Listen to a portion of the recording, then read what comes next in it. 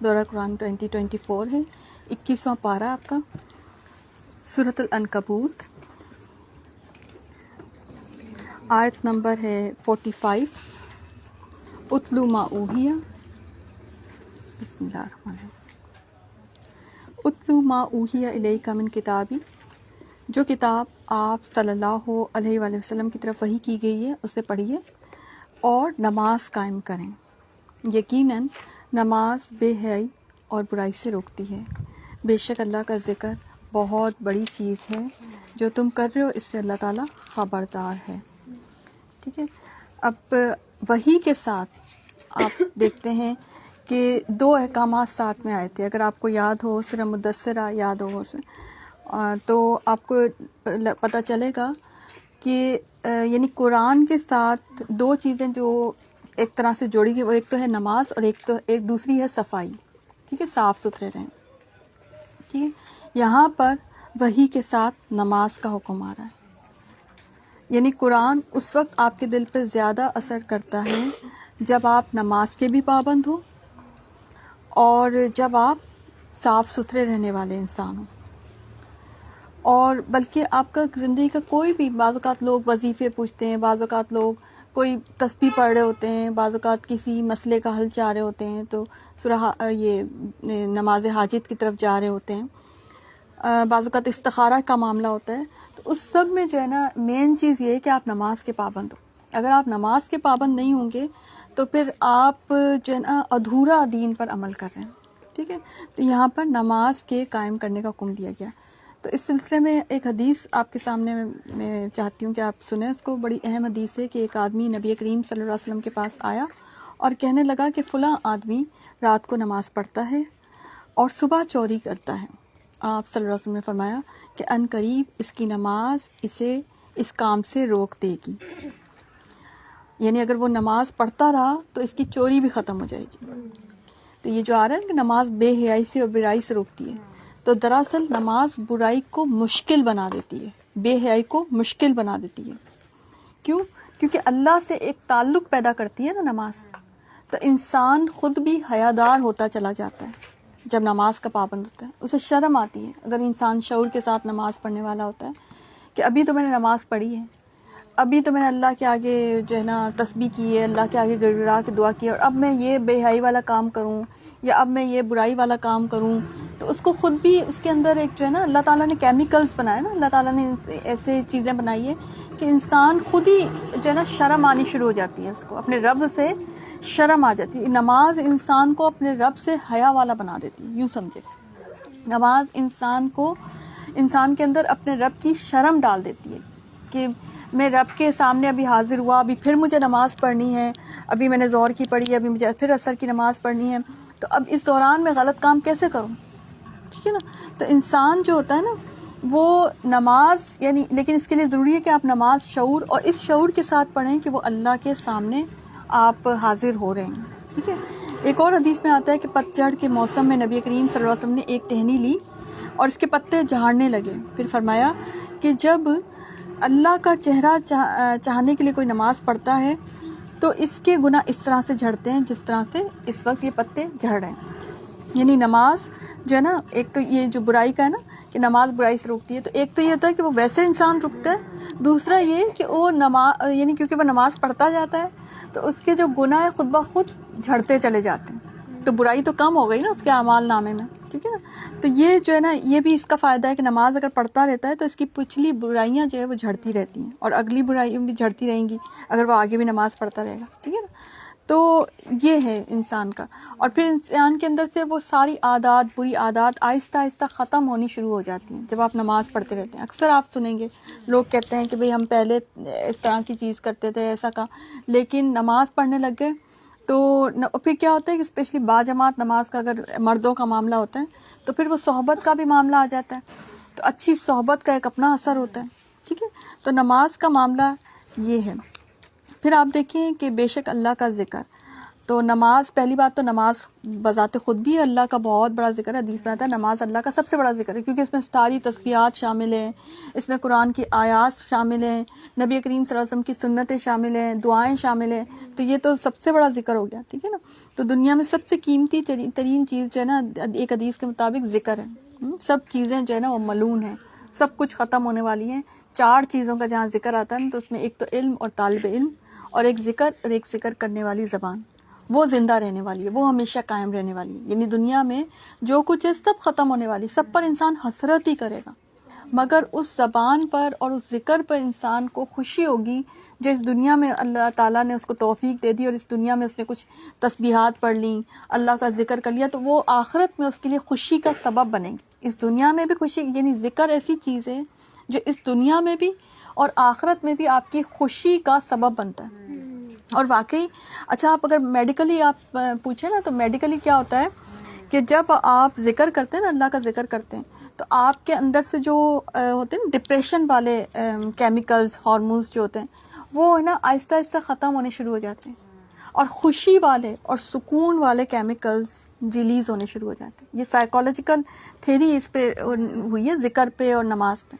تو اس سے یہ پتہ چلتا ہے کہ آپ کے اندر جو کیمیکل پروسیس، مطلب بظاہر ایسے لگتا ہے نا کہ بھئی اگر آپ کو مثلاً کوئی ٹینشن ہے، کوئی پرابلم ہے، کوئی مشکل ہے، کوئی تکلیف ہے، کوئی دل کا غم ہے، تو بظاہر یہ لگتا ہے کہ نہیں، یہ خالی ذکر کرنے سے کیا ہوگا، نماز پڑھنے سے کیا ہوگا، بھئی چلو ہم اللہ کو بتا دیتے ہیں چلو. لیکن اس سے کیا ہوتا ہے، کیونکہ آپ کے اندر کا جو کیمیکل ریئیکشنز ہوتے ہیں نا، وہ چینج ہونے شروع ہو جاتے ہیں، جو ہم نہیں جانتے مگر اندر ہو رہا. اور واقعی حقیقت بات ہے کہ ہم صرف تھوڑی سی دیر ہم کوئی ذکر اذکار کرنے بیٹھ جاتے ہیں نا، تو ہم ایک دم بھول ہی جاتے ہیں کہ ہمیں کیا غم تھا، یا ہمیں کیا، بعض کا تو دعا بھی بھول جاتی ہے انسان کو کہ ہم کس لیے پڑھ رہے تھے، ہمیں کیا غم تھا. ایک دم آپ کسی اور دنیا کے مسافر بن جاتے ہیں، ٹھیک ہے نا. تو اللہ کا ذکر، نماز، اور ذکر میں کیا ہے کہ تسبیح اور تحلیل، ٹھیک ہے نا، کہ اللہ کی بڑائی بیان کرنی ہے اور اللہ کی پاکی بیان کرنی. یہ اللہ کو بہت زیادہ محبوب ہے. مطلب آپ صرف اللہ اکبر کا بھی کلمہ کہتے ہیں، سبحان اللہ کا بھی کلمہ اگر کہتے ہیں، تو اللہ تعالیٰ کو یہ بہت پسند آتا ہے. چلتے پہ، اور کتنے زبان پہ ہلکے ہوتے ہیں، میزان میں بھاری ہوتے ہیں، حدیث میں آتا ہے، اور زبان پہ ہلکے ہوتے ہیں، ٹھیک ہے نا. تو انسان یعنی اس کی نیند کی، میں تو کہتی ہوں جن کو نیند نہیں آتی نا، وہ ایک کام کریں کہ اپنے پاس کوئی تسبیح رکھ لیں بجائے نیند کی گولی کے، اور آپ ہے نا اذکار پڑھنا شروع کریں. آپ کو میں مطلب ریئلی میں آپ کو بتا رہی ہوں کہ آپ کو تسبیح پڑھتے پڑھتے اتنی اچھی نیند آئے گی، اور اتنے اچھے خواب آئیں گے، اور اتنی اچھی آپ کو سکون والی نیند آئے گی جو آپ کو کسی نیند کی گولی سے نصیب نہیں ہو سکتی. یا آپ آزما کے دیکھیں، آپ کو ایسا سکون ملے گا. تو اللہ کا ذکر جو ہے نا آپ کو سکون دیتا ہے، ٹھیک ہے نا. اور پھر ایک اور چیز دیکھیے کہ پڑھ کر سنائیے، اتلو ما اوحی الیک، یعنی یہ قرآن جو ہے صرف ذاتی تلاوت یا ذاتی ثواب کے لیے نہیں، بلکہ دوسروں کو سنانے کے لیے بھی یہ کتاب ہے، ٹھیک ہے. نبی کریم صلی اللہ علیہ وسلم کو حکم ہے، اور ساتھ ہی ہمیں بھی ہے، ٹھیک ہے. یعنی کہ اس میں تبلیغ دین کرنے والوں کے لیے بھی احکامات ہیں کہ نہ صرف یہ کہ خود عمل کریں بلکہ ان کو پڑھ کر سنائیں، ٹھیک ہے. تو اس سے کیا ہوگا کہ اللہ کا ایک تعلق پیدا ہوگا، ٹھیک ہے. تو یہ عملی زندگی میں یہ ذکر اذکار ہماری زندگی میں اثر ڈالتے ہیں، ٹھیک ہے. اور اہل کتاب کے ساتھ بحث و مباحثہ نہ کرو. اب دوسری ہدایت آ رہی، وہاں پہ پہلی ہدایت، اور اہل کتاب کے ساتھ بحث و مباحثہ نہ کرو مگر اس طریقے پر ہیا التی ہیا احسن، ٹھیک ہے. کہ اگر کرنا ہی پڑے، ان کے ساتھ بات چیت کرنی پڑے، تو وہ بہت احسن طریقے سے، عمدہ طریقے سے ان سے بات چیت کرنی ہے، ٹھیک ہے. مگر ان کے ساتھ جو ان میں ظالم ہے، اور صاف اعلان کر دو ہمارا تو اس کتاب پر بھی ایمان ہے جو ہم پر اتاری گئی، اور اس پر بھی جو تم پر اتاری گئی، ٹھیک ہے. کامن گراؤنڈز پہ بات کر لو، ہمارا تمہارا معبود ایک ہی ہے، ہم سب اسی کے حکم بردار ہیں، ٹھیک ہے. یعنی ہم کتاب کو تو مانتے ہیں نا، ان کی کتاب کو مانتے ہیں، ہاں جو انہوں نے چینجز کر دی ہم اس کو نہیں مانتے، لیکن ان پہ کتاب اتاری گئی تھی، یعنی ان کا جو کریڈٹ ان کو اللہ نے دیا تھا. یہ بھی ایک آنر کی بات ہوتی ہے نا، کسی قوم پر کتاب کا اترنا، ٹھیک ہے نا. تو اس آنر میں آپ کمی بیشی نہ کرو، اس آنر دینے میں کنجوسی بھی نہیں کرو. ان کو کہو کہ ہاں ہم مانتے ہیں، کامن گراؤنڈز پہ بات کرو، ٹھیک ہے. حضرت عیسیٰ علیہ السلام پہ بات کرو، حضرت موسیٰ علیہ السلام سے بات شروع کر دو، حضرت سلمان علیہ السلام سے بات شروع کر دو. آپ دیکھیں حضرت سلمان علیہ السلام کو میں تو سمجھتی ہوں، ابھی کل میں نے بڑی ریسرچ اسٹڈی کی، کافی دیر تک بیٹھی رہی میں. حضرت سلمان علیہ السلام بہت ہی یونیک قسم کے بنی اسرائیل کے نبی تھے. بہت ہی زبردست موحد خاص قسم کے، اور ذرا ذرا سی باتوں میں وہ تو کہتے تھے اوہ یہ میری آزمائش ہو گئی، یہ میری آزمائش ہو گئی. یعنی اتنے پیارے نبی تھے وہ نا.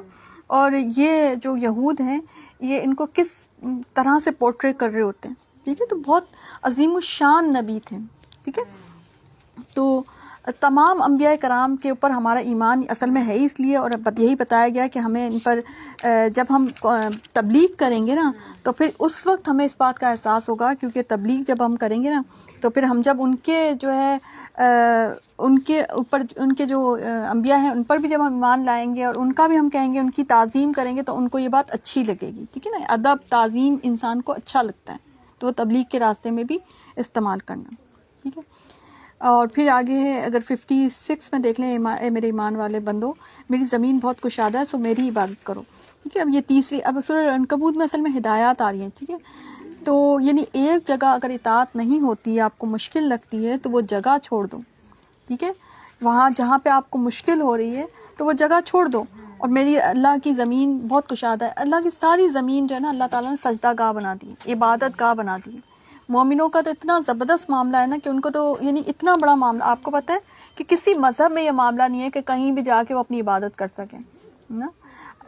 لیکن صرف اور صرف مسلمان، اور وہ بھی امت محمدیہ میں نبی کریم صلی اللہ علیہ وسلم کی ایک شریعت کی ایک خاص بات ہے کہ میرے لیے پوری زمین کو جو ہے سجدہ گاہ بنا دیا گیا. مسلمان کو اگر عبادت کا وقت آ جائے، اس کو کسی ایون مسجد کا بھی اگر نہیں ہے تو وہ کہیں بھی نماز پڑھ سکتا ہے، ٹھیک ہے.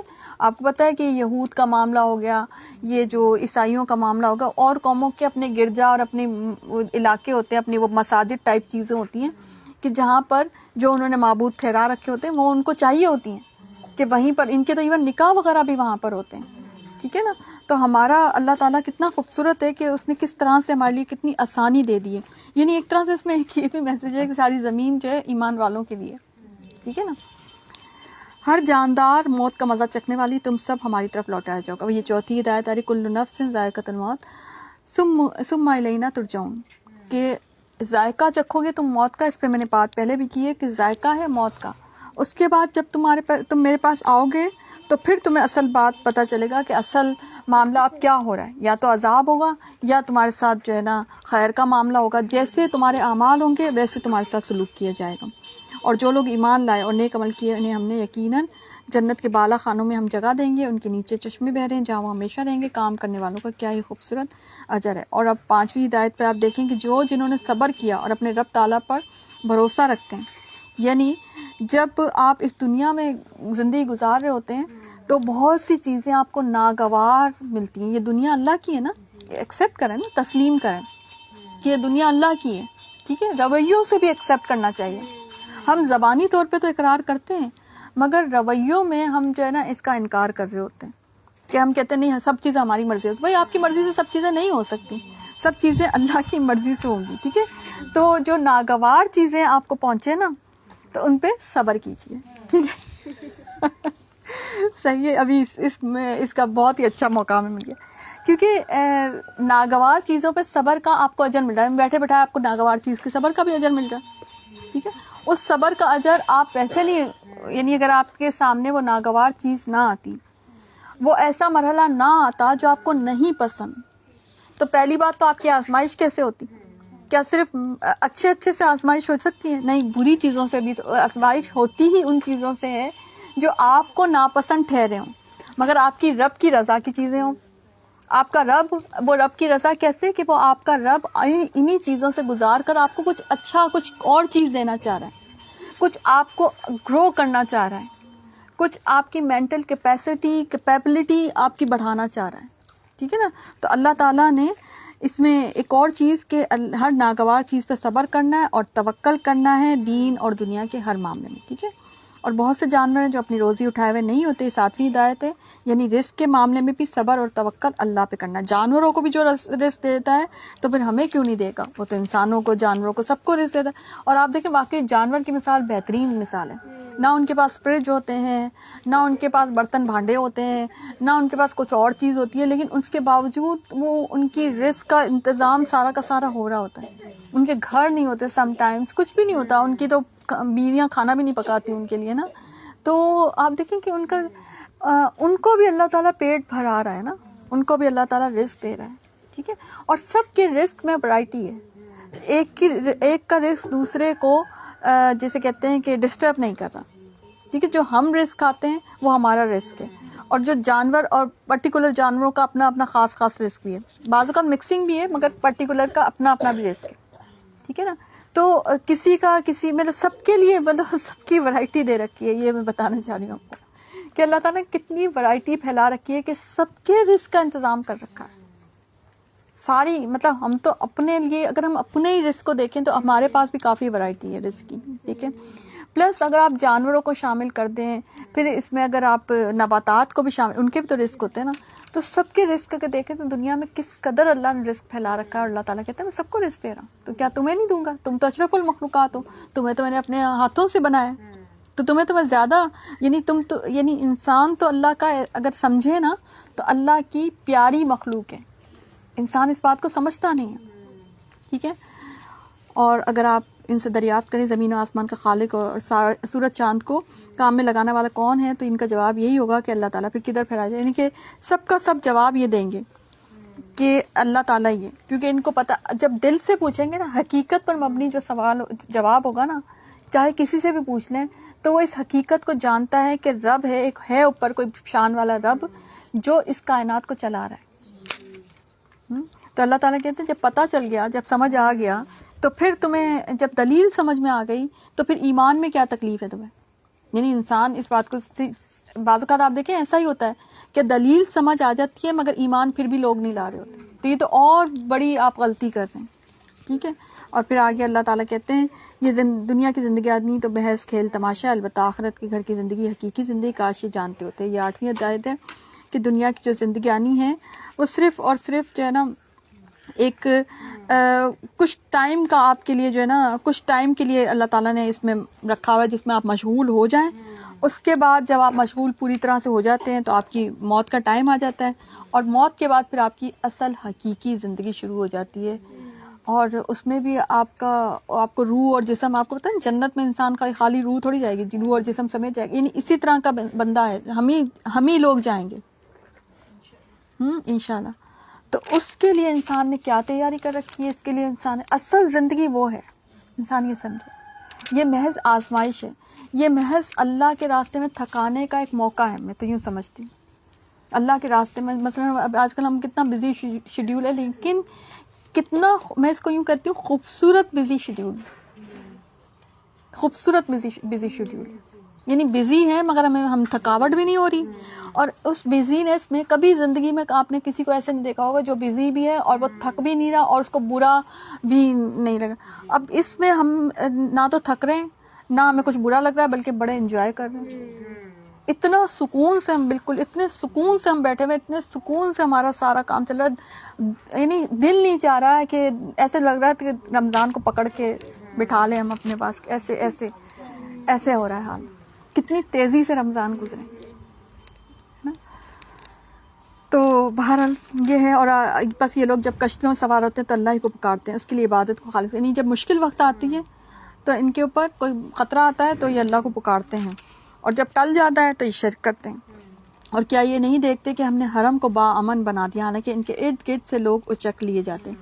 یہ بڑی خوبصورت بات یہاں پہ کی گئی ہے کہ اللہ نے اس احسان کا تذکرہ کیا ہے کہ وہ حرم جہاں پہ پہلے جو ہے جنگیں ہوتی تھیں, لوٹ مار ہوتی تھی قبائل میں, باقاعدہ آپ کو پیچھے بتایا تھا میں نے کہ ان کی اتنی یہ جنگجو اور اتنی جنگیں ہوتی تھی, اتنی دشمنیاں تھیں کہ ان کو یہ جو 4 مہینے ہوتے تھے نا جو امن والے, یہ اس کو بھی اکثر اسپائل کر جاتے تھے.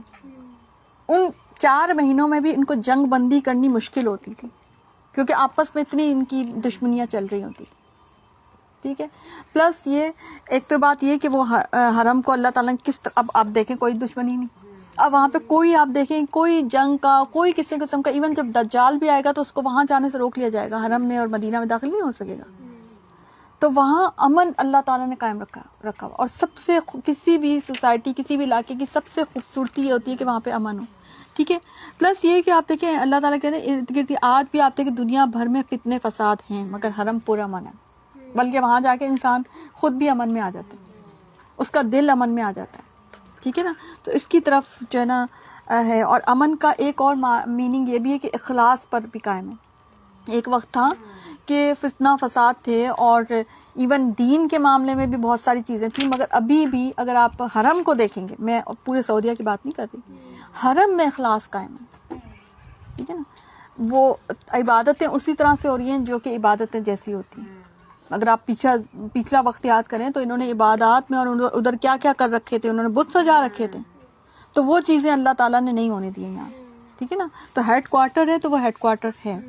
اور پھر اس سے بڑا ظالم کون ہوگا جو اللہ تعالیٰ پر جھوٹ باندھے، یا جب حق کس کے پاس آ جائے تو اسے جھٹلائے. کیا ایسے کافروں کا ٹھکانہ جہنم نہیں ہوگا؟ اور جو لوگ، یہ بڑی خوبصورت آیت ہے، والذین جاہدوا فینا لنہدینہم سبلنا وان اللہ لمع المحسنین.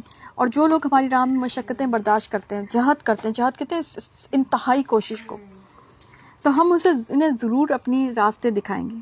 یعنی جو آخرت کے راستے پر چل نکلتے ہیں، جو آخرت پہ آنے کے لیے کوششیں کرتے ہیں، جن کو جستجو ہوتی ہے اللہ کی طرف آنے کی، صراط مستقیم کی طرف آنے کی، جنت کی طرف جانے کی، تو اللہ تعالیٰ اتنی خوبصورتی کے ساتھ خوشخبری دے رہے ہیں کہ ہم اسے اپنی راہیں ضرور دکھائیں گے.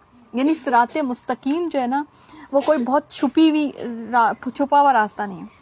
اور صراط مستقیم جو ہے نا، وہ اللہ تعالیٰ ضرور عطا کرے گا اگر ہم کوشش کریں گے تو. ٹھیک ہے نا، بڑی خوبصورت مجھے یہ آیت لگتی ہے کہ اگر اللہ کے راستے میں محنت کریں گے، تھوڑی مشکل زندگی گزاریں گے، تو اللہ تعالیٰ جو ہے نا اس زندگی کو مجاہدانہ یوں سمجھے، مجاہدانہ اگر انسان زندگی گزارے نا، تو اللہ تعالیٰ ضرور اس کو صراط مستقیم کے راستے پر ڈال ہی دیتا ہے. ٹھیک ہے نا، اس کو ہم یعنی اسپیشلی آج کے دور میں جہاں اتنا فتنہ ہے، فرقہ واریت ہے، سب کچھ ہے، لیکن اگر انسان سچائی کے ساتھ خالص دین کو ڈھونڈنے کی کوشش کرے گا، رب کی رضا کو پانے کی کوشش کرے گا، تو اللہ تعالیٰ ابھی بھی دنیا میں ایسے نیک بندے ہیں جو خالص دین کے اوپر جو ہے نا موجود ہیں. تو اللہ تعالیٰ ضرور آپ کو جوڑ دے گا ان لوگوں سے، ضرور اللہ تعالیٰ آپ کو ہدایت کی طرف لے آئے گا. اور حدیث میں آتا ہے کہ جس کے قدم، جس کے پاؤں اللہ کے راستے میں غبار آلود ہو جائیں، ان پر جہنم کی آگ حرام کر دی گئی ہے. ٹھیک ہے، کہ جو اللہ کے راستے میں نکلتے ہیں، اسپیشلی میری دعا ہے کہ اللہ تعالیٰ آپ سب کو یہ اجر عطا کرے، کیونکہ اسپیشلی آپ چل کر آتے ہیں نا، تو اللہ تعالیٰ آپ سب، کیونکہ آپ دیکھیں کہ جب انسان کسی چیز میں مشقت میں پڑتا ہے نا، تو سب سے پہلے اس کے جو گرد آلود ہوتے ہیں نا، اس کے پاؤں ہوتے ہیں. ٹھیک ہے نا، تو کتنی خوبصورت بات کہ اس پر اللہ تعالیٰ اس پورے انسان پر جہنم کی آگ کو حرام قرار دے دیتے ہیں، کیونکہ وہ اللہ کے راستے میں گرد آلود ہوئے. سمجھے اس بات کو کہ اللہ کے راستے میں گرد آلود ہوئے. ٹھیک ہے، اعوذ باللہ من الشیطان الرجیم، بسم اللہ الرحمن الرحیم. سورہ الروم، الف لام میم، غلبت الروم فی ادنی الارض وہم من بعد غلبہم سیغلبون. اور رومی، الف لام میم کے بعد ہے کہ رومی مغلوب ہو گئے نزدیک کی زمین پر، اور وہ مغلوب ہونے کے بعد عنقریب غالب آ جائیں گے. چند سال میں ہی، اس سے پہلے اور اس کے بعد بھی اختیار اللہ ہی کا ہے، اور روز مسلمان شادمان ہوں گے، اس روز مسلمان شادمان ہوں گے اللہ کی مدد سے. وہ جس کی چاہتا ہے مدد کرتا ہے، اصل غالب اور مہربان وہی ہے. یہ اللہ کا وعدہ ہے، اللہ اپنے وعدے کا خلاف نہیں کرتا، لیکن اکثر لوگ نہیں جانتے. ٹھیک ہے، جیسے آج کے دور میں سپر پاورز ہیں نا، آج کے دور، ایک زمانہ تھا کہ 2 سپر پاورز تھیں، روس اور امریکہ، پھر اس کو ختم کیا گیا. تو اب امریکہ کہتے ہیں، لیکن اس کے علاوہ بھی ہیں کچھ پاورز ہیں، مثلا چائنا تیزی سے اوپر آ رہا ہے. ٹھیک ہے، اس طرح آسٹریلیا ہے، جاپان ہے، تو بہت سی اور بھی ہیں. لیکن جیسے آج کے دور میں سپر پاور ہے نا، اور ہر دور میں ہوتا ہے سپر پاور کا. وہ کیا ہوتا ہے کہ اس کی طاقت، بس اس کا ایک دھاک جمی ہوئی ہوتی ہے، اس کا ایک روب ہوتا ہے، اور موسٹلی اس کی معیشت کا روب ہوتا ہے. یہ بھی معیشت کے اعتبار سے جو میں بتانے جا رہی ہوں. اس زمانے میں عہد رسالت میں فارس یعنی ایران اور دوسری روم، تو یہ جو ہے سپر پاورز تھیں. تو فارس جو ہے نا، اس کی حکومت آتش پرست تھی. ٹھیک ہے، فارسی جو ہوتے ہیں وہ آتش پرست ہوتے ہیں نا. اور دوسری جو ہے نا، یہ جو روم جو ہے نا، روما، تو یہ عیسائی یعنی اہل کتاب کی حکومت تھی. اور اس زمانے کے عیسائی ذہن میں رکھیں کہ اس زمانے کے عیسائی جو تھے ان میں توحید بھی کافی تھا. اگر آپ کو نجاشی کا یاد ہو معاملہ، تو ایسا نہیں تھا، اس حد تک بگڑے ہوئے نہیں تھے جو آج کے زمانے میں اہل کتاب. اب تو انہوں نے تحریف ہی کر لی نا اپنی کتابوں میں. تو آپ اگر وہ حضرت خدیجہ والا، ورقہ بن نوفل والا واقعہ یاد کریں، تو وہ بھی تو عیسائی راہب بھی تھے نا. ٹھیک ہے نا. تو کیونکہ نبی کریم صلی اللہ علیہ وسلم کی ابھی نبوت کا اعلان ہوا نہیں ہے اور ان میں خرابی آ گئی ہے مشرکین مکہ میں, تو پھر اس وقت کا اصل میں صحیح دین جو تھا نا, یہ بھی آپ کو یاد ہونا چاہیے, سمجھ جانا, اس وقت کا صحیح دین عیسائیت تھی. ٹھیک ہے, جو اس وقت, کیونکہ وہ اس میں پھر بھی جو ہے شریعت تھوڑی بہت باقی رہ گئی تھی. ٹھیک ہے, تو بہرحال مشرکین مکہ کی ہمدردیاں فارس کے ساتھ تھی کیونکہ دونوں غیر اللہ کے پجاری تھے. ٹھیک ہے نا, مشرکین مکہ بھی اور وہ بھی. جبکہ مسلمانوں کی ہمدردیاں روم کی عیسائی حکومت کے ساتھ تھیں. اب سمجھ میں آئی بات, کیونکہ وہ اہل کتاب تھے. ٹھیک ہے, تو اگر ایسا معاملہ ہو, ایک طرف اہل کتاب اور ایک بالکل ہی مشرک ہو, ٹھیک ہے, خود قرآن میں بھی اس کا ذکر ہے. یہ ایک بات چلے, ایک طرف ہندو ہو اور ایک طرف کوئی عیسائی ہو, تو کس طرف ہماری تھوڑی بہت ہمدردی جو بھی ہوگی تو عیسائی کی طرف ہوگی نا, کہ کچھ تو اہل کتاب ہے نا, کچھ تو اس کتاب کو مانتا ہے نا, کچھ تو اللہ کو مانتا ہے نا بھائی, وہ تو بالکل ہی مشرک ہے. ٹھیک ہے نا, یا بدھسٹ ہوتے ہیں جیسے, وہ آلموسٹ پورے ویسے ہی مشرک ہی ہوتے ہیں وہ نا. تو اس سے بہتر ہوتا ہے کہ عیسائی کی طرف, یا یہود کا تو خیر معاملہ بھی بالکل ہی بگڑا ہوا ہے, کیونکہ ان کی نسل, ان کا تو پوری کبھی ہسٹری پڑھیں گے کہ یہ وہ بھی, ان کی جو اصل یہود تھے نا, ان کی بھی بگڑی ہوئی شکل ہے, وہ بھی بہتر ہیں. بلکہ بعض اوقات فلسطین کے جب حق میں جب ہوتے ہیں نا مظاہرے ہوتے ہیں, تو جو اصلاً یہود ہیں نا, وہ تو پھر بھی اس بات کو ناپسند کرتے ہیں کہ یہ کیا ہو رہا ہے, یہ وہ یہود بھی نہیں ہے جو یہاں پر جو اسرائیل میں ہیں. ٹھیک ہے نا, تو یہ بھی. تو بہرحال مسلمانوں کی ہمدردیاں روم کی عیسائی حکومت کے ساتھ تھیں. اور عیسائی, کیونکہ اس لیے کہ عیسائی بھی مسلمانوں کی طرح اہل کتاب تھے, وہی پر رسالت پر ایمان رکھتے تھے. ٹھیک ہے. اچھا, نبی کریم صلی اللہ علیہ وسلم کی بعثت کے چند سال کے بعد ایسا ہوا کہ فارس کی حکومت عیسائی حکومت پر غالب آ گئی, یعنی ایران کی جو حکومت ہے وہ اس پر غالب آ گئی. ٹھیک ہے, یعنی سپر پاور, یوں سمجھے نا جیسے امریکہ غالب آ گیا روس پر. سمجھ آ رہی بات, کہ وہ سپر پاور زیادہ ہو گئی, جس پر مشرکوں کو خوشی ہوئی اور مسلمانوں کو بہت غم ہوا. اس موقع پر قرآن کریم کی یہ آیات نازل ہوئی جس میں پیش گوئی کی گئی ہے کہ بدائے سنین کے اندر رومی پھر سے غالب آ جائیں گے, عیسائی پھر سے غالب آ جائیں گے, اور جو غالب ابھی ہیں وہ مغلوب ہو جائیں گے. ٹھیک ہے, تو اب یہ ظاہر قرآن میں آ گیا تھا یہ. تو حضرت ابوبکر صدیق رضی اللہ تعالیٰ, انہوں نے ابو جہل سے یہ شرط لگا لی تھی کہ رومی 5 سال کے اندر دوبارہ غالب آ جائے گا, اور یہ شرط اللہ کے اس وعدے کے اوپر, اللہ کا وعدہ سچا, ان کو یقین تھا, اور رسول اللہ صلی اللہ علیہ وسلم سنا رہے ہیں تو اس پر بھی ان کو یقین تھا. تو یہ شرط, یعنی ان کی سچائی کا اور ان کو یقین دیکھیں, میں صرف اس کا یہ بتانا چاہ رہی ہوں کہ ان کو اللہ کی کتاب پر یقین کس قدر تھا کہ شرط ہی باندھی. میں یہ نہیں کہہ رہی کہ ابھی یہ الگ موضوع ہے کہ اس زمانے میں شرط اس کی وہ اب اس وقت شرط کی وہ شرعی حیثیت ثابت نہیں ہوئی تھی, یعنی منع نہیں کیا گیا تھا. بعد میں تو آپ کو پتہ ہے شرط باندھنا جو ہے منع کر دیا گیا, ہماری شریعت میں یہ منع ہے, لیکن اس وقت نہیں, اس وقت تو اس قرآن اتر رہا تھا نا. تو بہرحال نبی کریم صلی اللہ علیہ وسلم کے علم میں جب بات آئی تو انہوں نے کہا کہ بدعہ کا لفظ 3 سے 10 سال کی عدد کے لیے استعمال ہوتا ہے, تم نے 5 سال کی مدت کم رکھی ہے, اس میں اضافہ کر لو. ٹھیک ہے, چنانچہ رسول اللہ صلی اللہ علیہ وسلم کی ہدایت کے مطابق حضرت ابوبکر صدیق رضی اللہ تعالیٰ نے اس شرط مدت میں جو ہے نا وہ اضافہ کر لیا. اور پھر ایسا ہی ہوا کہ رومی 9 سال کی مدت کے اندر یعنی 7ویں سال جو ہے نا دوبارہ فارس پر غالب آ گئے, اور اس پہ مسلمانوں کو بڑی خوشی ہوئی. ٹھیک ہے, تو رومیوں کی جو فتح ہے نا, یہ قرآن کریم کی صداقت پر ایک بہت بڑی دلیل ہے. ٹھیک ہے, کہ جو کام ابھی ہونا تھا کسی کو نہیں پتا تھا, مگر اللہ تعالیٰ نے پہلے سے بتا دیا. یعنی اس کا مطلب ہے کہ قرآن میں آپ کے لیے پریڈکشنز بھی ہیں. ٹھیک ہے, اب دیکھیں قیامت کی ساری پریڈکشنز کیا ہونا ہے, کیسے ہوگا, دابت الارض ابھی آپ پیچھے پڑ چکے ہیں, سب حدیث کچھ قرآن سے مل جاتی, کچھ حدیث سے. حضرت عیسیٰ علیہ السلام کا نزول ہوگا, قرآن میں بھی ذکر ہے, حدیث میں, تو وہ سب چیزیں ہمیں آؤٹ کر دی گئی ہیں. ملامت الکبریٰ ہوگا, یہ ساری چیزیں ہمیں بتا دی گئی. تو قرآن یعنی پریڈکشن کی بھی کتاب ہے. قرآن میں پریڈکشنز بھی ہیں, اور وہ سچی ترین پریڈکشنز ہیں. ٹھیک ہے, صحیح ہے. تو اب یہ بات یہاں پہ بتائی گئی کہ اللہ کے جو وعدہ ہے سچا, اور اللہ کے فیصلے ظالمانہ بھی نہیں ہوتے, اور اللہ کے معاملات حکمت والے ہوتے ہیں. اور ہم دیکھیں ہار جیت کے معاملہ پہ اس طرح سوچتے رہتے ہیں, لیکن آپ دیکھیں کہ فل ڈپریشن کے ماحول میں, انتہائی پریشانی کے حال میں یہ کہا جا رہا ہے کہ تم کامیاب ہو جاؤ گے. یعنی تم جس کو چاہتے ہو نا کہ یہ، کیونکہ اس وقت دیکھیں مسلمان تو ان کی تو اپنی قوم جو تھی نا، یا ان کی جو اپنی امت ہے وہ یکجا ہو رہی تھی. آپ کے ذہن میں یہ بات آ سکتی ہے کہ بھئی مسلمان اپنا تو بھی صلح حدیبیہ ہوا تھا. اس وقت بھی آپ دیکھیں کہ صلح حدیبیہ میں ایک یہ بات ہوئی تھی کہ مسلمانوں کو ایک قوم مانا گیا تھا، کیونکہ قوموں کے درمیان معاہدہ ہوتا ہے. اس سے پہلے تو معاہدہ ہی کوئی نہیں ہوتا تھا، یہ جو چاہتے کر لیتے تھے. ٹھیک ہے، تو وہ امت مسلمہ تو ابھی یکجا ہو رہی تھی. تو اس دور کی جو امتیں تھیں وہ تو یہ تھی نا. ٹھیک ہے نا. تو یہ اللہ تعالیٰ نے بتا دیا کہ کامیاب تم ہی ہوگے، اور جس پر تمہاری، یعنی کہ اللہ تعالیٰ نے کہا جو تم چاہتے ہو وہ تمہاری رضا تمہیں ملے گی، اور یہ کب ملے گی یہ بھی بتا دیا. تو اللہ کے وعدے کے اوپر جو ہے نا کہ اللہ کا وعدہ سچا ہے. ٹھیک ہے.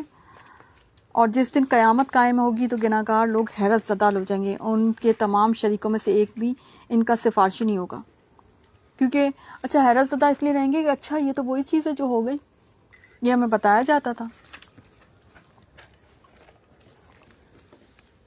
اور کوئی بھی جن کو یہ شریک سمجھتے تھے کہ کوئی ہمارا سفارشی ہوگا، وہ کوئی بھی سفارشی نہیں کھڑا ہوگا، سب تنہا اللہ کے پاس آئیں گے. تو اس دن کیا ہوگا؟ جس دن قیامت قائم ہوگی اس دن جماعتیں الگ الگ ہو جائیں گی. وَيَوْمَ تَقُومُ السَّاعَةُ يَوْمَئِذٍ يَتَفَرَّقُونَ، الگ الگ ہو جائیں گے. کیسے الگ الگ ہو جائیں گے؟ جنتی الگ ہو جائیں گے اور دوزخی الگ ہو جائیں گے. فَأَمَّا الَّذِينَ آمَنُوا وَعَمِلُوا الصَّالِحَاتِ، تو جو لوگ ایمان لائے اور نیک عمل کرتے رہے تو وہ تو جنت میں خوش و خرم کر دیے جائیں گے. اصل کامیابی تو یہی ہے نا کہ ایمان اور عمل صالح کے ساتھ جو لوگ اللہ کے پاس پہنچیں گے تو وہ تو جنت میں چلے جائیں گے، اور جنہوں نے کفر کیا اور ہماری آیتوں کو اور آخرت کی ملاقات کو جھوٹا ٹھہرایا وہ سب عذاب میں پکڑ کر رکھے جائیں گے. تو پس کیا کرو؟ اللہ کی تسبیح پڑھا کرو جب کہ تم شام کرو اور جب تم صبح کرو. یعنی صبح شام، ایک تو یہاں پہ تسبیح سے مراد صبح شام کے اذکار بھی ہیں، اور صبح شام کی جو ہے وہ جو نماز ہے اس کا بھی ذکر ہے اس میں. ٹھیک ہے. سبحان اللہ حین تمسون، یہ اس یہ آپ کی صبح شام کی دعاؤں میں بھی یہ شامل ہے اگر آپ کو یاد ہو. ٹھیک ہے. اور پھر اب آتے ہیں اس پہ وَمِنْ آیَاتِهِ أَنْ خَلَقَ لَكُم مِّنْ أَنفُسِكُمْ أَزْوَاجًا لِتَسْكُنُوا إِلَيْهَا وَجَعَلَ بَيْنَكُم مَّوَدَّةً وَرَحْمَةً إِنَّ فِي ذَلِكَ لَآيَةٍ لِقَوْمٍ يَتَفَكَّرُونَ. اور اس کی نشانیوں میں سے، یعنی یہ جو نکاح کا رشتہ ہے اللہ تعالیٰ نے اس کو وَمِنْ آیَاتِهِ میں سے کہا ہے کہ اس نے تمہاری جنس میں سے بیویاں پیدا کی ہیں. ٹھیک ہے. اگر اور کسی جنس سے ہوتی تو آپ کے اندر ایک انسیت پیدا نہیں ہو سکتی تھی، یعنی انسان میں سے ہی ہے اور اپنی جیسی مخلوق ہی لگتی ہے. ٹھیک ہے نا. تاکہ تم ان سے آرام پاؤ. ٹھیک ہے. اور اس نے تمہارے درمیان محبت اور ہمدردی قائم کر دی. یقیناً غور و فکر کرنے والوں کے لیے اس میں بہت بڑی نشانی ہے. ٹھیک ہے. اب یہاں پر ایک تو بات یہ ہے کہ مٹی سے آدم علیہ السلام کو پیدا کیا گیا، اور پھر ان کی پسلی سے ہی انہی کے جسم سے، جیسے حدیث میں آتا ہے کہ ان کی بیوی کو پیدا کیا گیا. اچھا، اسی لیے آپ دیکھیں کہ میاں بیوی کا رشتہ ایسا ہی ہوتا ہے جیسے نہیں یہ کیا ہوتا ہے ایک جان دو جسم، اس طرح والا کیا ایک طرح محاورہ کچھ بولا جاتا ہے نا. اور حقیقتاً ایسا ہوتا ہے کہ جب دو لوگ میاں بیوی کے رشتے میں بن جاتے ہیں نا تو وہ ان کا رشتہ کچھ ایسا ہی ہوتا ہے کہ وہ نا ایک دوسرے کو کمپلیمنٹ کرتے ہیں، ایک دوسرے وہ ان کو محسوس خود بھی ہوتا ہے کہ ہم ہے نا یعنی وہ ایک دوسرے کے بغیر زندہ رہنے کا تصور بھی نہیں کر سکتے. کیوں؟ کیونکہ اللہ تعالیٰ نے تو یہ جو جوڑے ہیں نا یہ جوڑے بھی ڈیفائن ہیں اللہ کے ہاں. ٹھیک ہے. کیونکہ ماں باپ ڈیفائن ہیں تو جوڑے بھی ڈیفائن ہیں. ہم اپنی سی کوششیں کرتے ہیں. ٹھیک ہے. لیکن آپ دیکھیں اکثر و بیشتر یہ نہیں لگتا کہ بعض اوقات یہ بھی جیسے تقدیر ہی لگتی ہے کہ جہاں بعض اوقات پتہ نہیں کدھر کہیں کا معاملہ ہوتا ہے، کدھر کہیں کسی نے دیکھا بھی نہیں ہوتا، وہاں سے وہاں پہ رشتہ ہو جاتا ہے اور ہم سوچتے ہیں کہ کدھر جا کے اس طرح سے. تو یہ تقدیر کے بھی معاملات، تقدیر بھی اس میں انوالو ہوتی ہے. اس میں یہ آپ یہ نہیں کہہ سکتے کہ سارا کا سارا آپ کے ہاتھ میں. آپ استخارہ کر سکتے ہیں، آپ مشورہ کر سکتے ہیں، مگر لائن اسی طرف جاتی ہے، روڈ آپ کی اسی طرف جاتی ہے جو آپ کے ہونا ہوتا ہے. ٹھیک ہے نا. تو ایک تو بات یہ. ٹھیک ہے. دوسری بات یہ کہ آپ دیکھیں کہ اس کو اللہ تعالیٰ نے نشانی قرار دی اور اس کا ایک پرپز بھی بتایا کہ تاکہ تم لتسکنو، تاکہ تم ایک دوسرے سے سکون حاصل کرو. ٹھیک ہے. سکون ذہنی جسمانی سکون. ٹھیک ہے. یعنی میاں بیوی ایک دوسرے کو دیکھ کر ان کو سکون ملتا ہے، وہ سکون کا، یہ رشتہ جو ہوتا ہے سکون کا سبب ہوتا ہے، اور اس میں سکون کو قائم رہنے دینا چاہیے. اچھا کب سکون غارت ہوتا ہے؟ جب شیطان آتا ہے. جب ہم شیطان کو انوائٹ کرتے ہیں یا شیطان کو اسپیس دیتے ہیں نا، تو پھر یہ سکون جو ہے نا میاں بیوی کا غائب ہو جاتا ہے. اچھا پھر ایک اور چیز اللہ تعالیٰ نے کہا وَجَعَلَ بَيْنَكُمْ مَوَدَّةً وَرَحْمَةً، اللہ تعالیٰ نے تم دونوں کے درمیان جو ہے نا محبت اور ہمدردی قائم کر دی. اور یہ کیسے ہوتا ہے؟ یہ نکاح کے بول بولتے ہی اللہ تعالیٰ ان دونوں کے درمیان محبت اور ہمدردی ڈال دیتا ہے. یہ بالکل، یعنی میں کہتی ہوں کہ یہ تو کوئی جیسے نہیں راکٹ سائنس کیا کہنا چاہیے اس کو، کہ بالکل ہی جیسے معجزانہ ٹائپ چیز ہوتی ہے.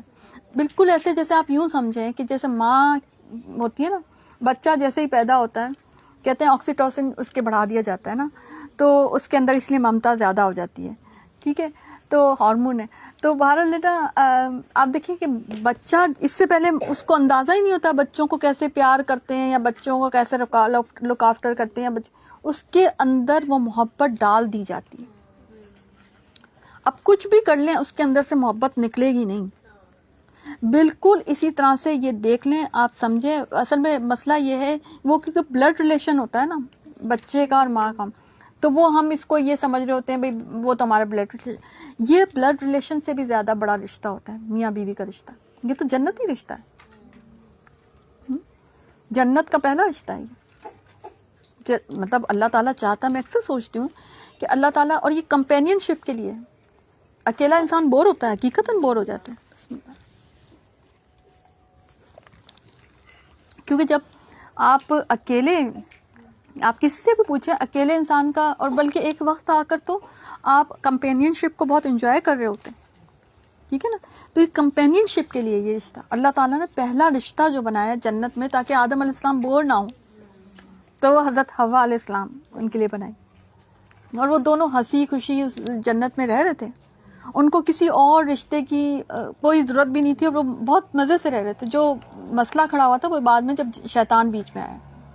ٹھیک ہے نا، تو میاں بیوی جو ہوتے ہیں نا وہ ان کا پھر دیکھیں اس نکاح کے بعد ہی نکاح آپ کو ولدیت دیتا ہے نا، کیونکہ نکاح کے بعد پھر جو ہے وہ بچے جب پیدا ہوتے ہیں پھر وہ ایک ان کی ماں ہوتی ہے اور ایک ان کا باپ ہوتا ہے، پھر ان کے ننیال ہوتا ہے، ان کا ددیال ہوتا ہے. تو اسٹارٹ کہاں سے ہو رہا ہے رشتہ؟ نکاح سے ہو رہا ہے نا. اچھا عام طور پہ کیا ہوتا ہے، ہم اس رشتے کو پس پش ڈالتے ہیں، اور پھر جب ذرا یعنی بلڈ ریلیشنز کی بات ہوتی ہے نا ہم ان کو زیادہ اہمیت دے رہے ہوتے ہیں. بعض اوقات نکاح میں اس لیے بھی خرابیاں آ رہی ہوتی ہیں کہ آپ اس رشتے کی حیثیت کو اور اہمیت کو سمجھ نہیں رہتے. ہمارے یہاں یہ عام بات ہوتی ہے، اکثر لوگ اسپیشلی مرد حضرات، بعض اوقات بیویاں بھی، مرد حضرات یہ کہتے ہیں کہ بھئی بیویاں تو بہت مل جاتی ہیں، اور بیویاں بھی جہاں پہ ان کا بہت زیادہ ایک بانڈنگ ریلیشن شپ ہوتا ہے نا اپنے گھر والوں سے، وہ کہتے ہیں نہیں نہیں ہمارے بھائی اچھے ہیں، ہمارے ابا جی اچھے تھے، تم کچھ نہیں ہو. تو یہ رشتہ جو ہوتا ہے نا اس لیے نہیں ہے. یہ اس رشتے کی اہمیت کو میں تو سمجھتی ہوں اس کے سیشنز ہونے چاہیے الگ سے، کہ اس رشتے کی اہمیت کو انسان سمجھے کہ کتنا بڑا رشتہ اللہ تعالیٰ نے بنایا. اور اس کو اللہ تعالیٰ نے آیت کہا ہے اپنی، یعنی کسی اور رشتے کو اللہ تعالیٰ نے آیت نہیں کہا. اور اللہ تعالیٰ چاہتا تو جنت میں کوئی اور رشتہ بنا دیتا، بہن بھائی کا بنا سکتا تھا، بھی اماں ابا کا بنا سکتا تھا، دوستی کا بنا دیتا. دوستی کا رشتہ کتنا اچھا ہوتا ہے ویسے تو دیکھا جائے، مگر اللہ تعالیٰ نے میاں بیوی کا رشتہ بنایا اس کی امپورٹنس شو کرنے کے لیے کہ اتنا بڑا رشتہ ہے یہ. اور پھر جیسے ہی نکاح ہوتا ہے اللہ تعالیٰ مودت و رحمت ڈال دیتا ہے. تو یہ جو لو میرجز تو ویسے ہی فیل ہو گئی اس میں، کیونکہ پہلے لو کا تو کوئی تصور ہی نہیں ہے. جو ہمارے ہاں ایک تصور ہے نا کہ پہلے محبت ہوگی تو پھر شادی کریں گے، یا ہم پہلے ایک نظر دیکھ لیں. بھلے نہ دیکھیں، بھلے آپ کو میں بتا دوں آپ انجان دو لوگوں کی نکاح کر دیں، آپس میں ایسا محبت قائم ہوگی کہ ان کے اماں ابا بھی پیچھے رہ جائیں گے، ان کے سب پیچھے رہ جائیں. ایسا ہی ہوتا ہے، سب کا ایسا ہی ہوتا ہے، کیونکہ اللہ نکاح کے بول ایسے ہوتے ہیں کہ جو ہے نا اس کے بعد اللہ تعالیٰ ان میاں بیوی کے درمیان محبت اور مودت تو ڈال دیتا. پتہ نہیں کیسے، جیسے آپ دیکھیں وہ آپ کو سمجھ تو نہیں آتا نا جب ماں کے پیٹ پہ تقدیر اور عمر اور وہ آپ کو پتہ چلتا ہے کہ نہیں پتہ چلتا. اسی طرح سے اس کا بھی آپ کو پتہ نہیں چلتا، بظاہر نہ سمجھ آنے والی چیز ہے لیکن اللہ ڈال دیتا ہے. پھر وہ آپس میں ان کی بہت محبت اور ایک مودت کا رشتہ بننا شروع ہو جاتا ہے. یہ اللہ ڈالتا ہے، ٹھیک ہے نا. اور زیادہ ڈالتا ہوگا یقیناً کہ جب انسان عافیت اور کردار کے ساتھ جو ہے نا اس رشتے کو انجام دیں. ایک تو یہ کہ اس میں پہلے لو والا یا اس خرافات نہ ہوں، زنا والے معاملات نہ ہوں، بوائے فرینڈ اور گرل فرینڈ نہ منکوہا بن رہے ہوں ایک دوسرے کے. اور دوسری چیز یہ کہ شادی بھی سادگی سے ہو جائے. مطلب ہمیں اپنی جو کارستانیاں بھی دیکھنی چاہیے، کیونکہ آپ کہیں گے جی آج کل تو بھئی آج کل نکاح جو ہے نا آپ اللہ تعالیٰ نے کہا ہے کہ سادہ کرو. تو آج کل یہ جو خرافات ہم ڈال رہے ہیں نا، تو یہ دیکھنے کی ضرورت ہے کہ ہم جو خرافات ڈال رہے ہیں اس کی وجہ سے یہ رشتہ جو ہے کمزور ہوا جا رہا ہے. اور پلس ہم نے اور رشتے بھی بیچ میں ڈال رکھے ہیں. یہ کرو، اس کا تم نے پوچھا نہیں، اس کو. ہمارے یہاں آپ دیکھیں نا میاں بیوی کے رشتے میں سب سے زیادہ لڑائیاں اپنی نہیں ہوتی ہیں، اپنی ذرا بھی نہیں ہوتی ہیں، باقی سب رشتہ داروں کے اوپر لڑائیاں ہو جائیں گی. تم نے میری اماں کا یہ کر دیا، تم نے میرے ابا کا وہ کر دیا، تم نے میرے بھائی کو یہ نہیں پوچھا، تم نے میری بہن کے ساتھ یہ کر دیا، تم نے فلانی کی شادی میں نہیں گئے، فلانی کو اس میں یہ چیزیں ہوتی ہیں، تم نے ایسا دیا نہیں ویسا نہیں کیا، یہ چیزیں. اور ان کے آپس اگر ان سے پوچھے نا بٹھا کے کہ بھئی آپ کی آپس کی کیا لڑائی ہے، وہ کہیں گے ہماری آپس کی کوئی لڑائی نہیں ہے. حقیقت نہیں ہوتی. میاں بیوی کی آپس میں کوئی لڑائی نہیں ہوتی، وہ ایک پیج پہ ہوتے ہیں. ان کے بچے ہوتے ہیں، وہ بچوں کے معاملے میں ایک پیج پہ، چاہے کتنی وہ آپس میں ان کا کوئی معاملہ کوئی خراب ہو جائے لیکن وہ بچوں کے معاملے ایک پیج پہ آ چکے ہوتے ہیں. اللہ تعالیٰ ڈالتا ہے، مگر ہم خود اس مودت اور رحمت کو خراب کرتے ہیں اپنی کرتوت اور اپنے کارناموں کی وجہ سے. اللہ نے ڈالی ہوئی ہوتی ہے، مگر کیونکہ ہم دوسری چیزوں کو انٹر ہونے کی اجازت دیتے ہیں نا اپنے رشتے میں، اس وجہ سے یہ مودت اور رحمت ختم ہوتی چلی جاتی ہے. اور اس بات کو ہمارے معاشرے میں تو اسپیشلی پاکستانی معاشرہ تو اس معاملے میں انتہائی پٹیبل معاشرہ ہے، انتہائی خراب معاشرہ ہے. میاں بیوی کے رشتے کے معاملے میں میاں بیوی آپس میں محبت کر کے تو دیکھیں، پورا خاندان کھڑا ہو جائے گا ان کی محبت کے خلاف. یہ دیکھو ان کو جو ہے نا یہ ساری، یہ دیکھو ایک گلاس سے پانی پی لیا، یہ دیکھو یہ ساتھ بیٹھ گئے. کیوں بیٹھ گئے بھائی؟ آج تم اچھا گھومنے گئے تھے، کیوں گئے تھے؟ تمہیں بیوی نظر آئی ہے، بہن نہیں نظر آ رہی، اماں نہیں نظر آ رہے؟ لو بھائی ہمارے ہاں تو اس قسم چیزیں ہوتی ہیں. بیوی کے لیے لے آئے کیوں؟ بہن کے لیے کیوں نہیں لائے؟ اماں کے لیے کیوں نہیں لائے؟ بعض اوقات تو وہ تانے وہ بیوی کو بھی مل رہے ہوتے ہیں، تمہیں تو بس شوہر ہی نظر آتا ہے. بہنیں تانے دیں گی، اماں بھی تانے دے سکتی ہیں، ابا بھی تانے دے وہ، لیکن وہاں پہ ذرا کم ہوتا ہے کیونکہ وہ بہرحال گھر بسانا چاہ رہے ہوتے ہیں نا. مگر آپ دیکھیں کہ ہمارے ہاں میاں بیوی کا جو محبت کا معاملہ ہے، حالانکہ سب سے جو خوبصورت محبت، نیک محبت، پسندیدہ ترین محبت، حدیث میں آتا ہے کہ دو میاں بیوی جب ایک دوسرے کو محبت اور رحمت سے دیکھتے ہیں تو اللہ ان کو رحمت سے دیکھتا ہے، اللہ ان کو رحمت سے دیکھتا ہے. اور ہم کیونکہ ہمارے ہاں ایک تو آپس مطلب کوئی ٹریننگ ہی نہیں ہوتی، مرد کو قوام بننا نہیں آتا اور عورت بیچاری کو ڈیل کرنا نہیں آتا. تو اس وجہ سے جو ہے نکاح کا رشتہ سب سے زیادہ خراب ہوا پڑا ہے اس معاشرے میں. سب سے بڑے اگر آپ مجھ سے پوچھیں نا تو اس کا فیملی یونٹ خراب ہوا پڑا ہے. فیملی یونٹ خراب ہے، اس لیے جنریشن خراب ہو رہی ہے، سب چیزیں خراب ہو رہی ہیں. فیملی یونٹ ہمارا ڈسٹرب ہوا پڑا ہے. نہ کوئی معیشت کا معاملہ، نہ میں اس کی جڑ پہ جاؤں گی. فیملی یونٹ ڈسٹرب ہوا پڑا ہے، اور ڈسٹرب کرنے میں خود ہمارے ہی لوگوں کا کردار ہے، کسی اور کا نہیں. باہر والوں کا اتنا نہیں ہوتا ہے، اپنے ہی لوگوں کا آتا ہے. میاں بیوی اگر ہنس کر بول لیں تو گھر دیکھیں آپ وہ ایک حلال رشتے میں ہیں، ان کو انجوائے کرنے دیں فیملی اپنی لائف کو. مگر ہمارے ہاں یہ چیز نہیں ہوتی، اس کو پسند نہیں کیا جا رہا ہوتا. اور کیا کیا ہمارے ہاں تو کہاوتیں، وہ زن مرید شاید کہتے ہیں، اس طرح کی چیزیں، یہ تو ہاں لیلا مجنوں بنے ہوئے، اور اس ٹائپ کی چیزیں ہمارے معاشرے میں عام چل رہی ہوتی ہیں.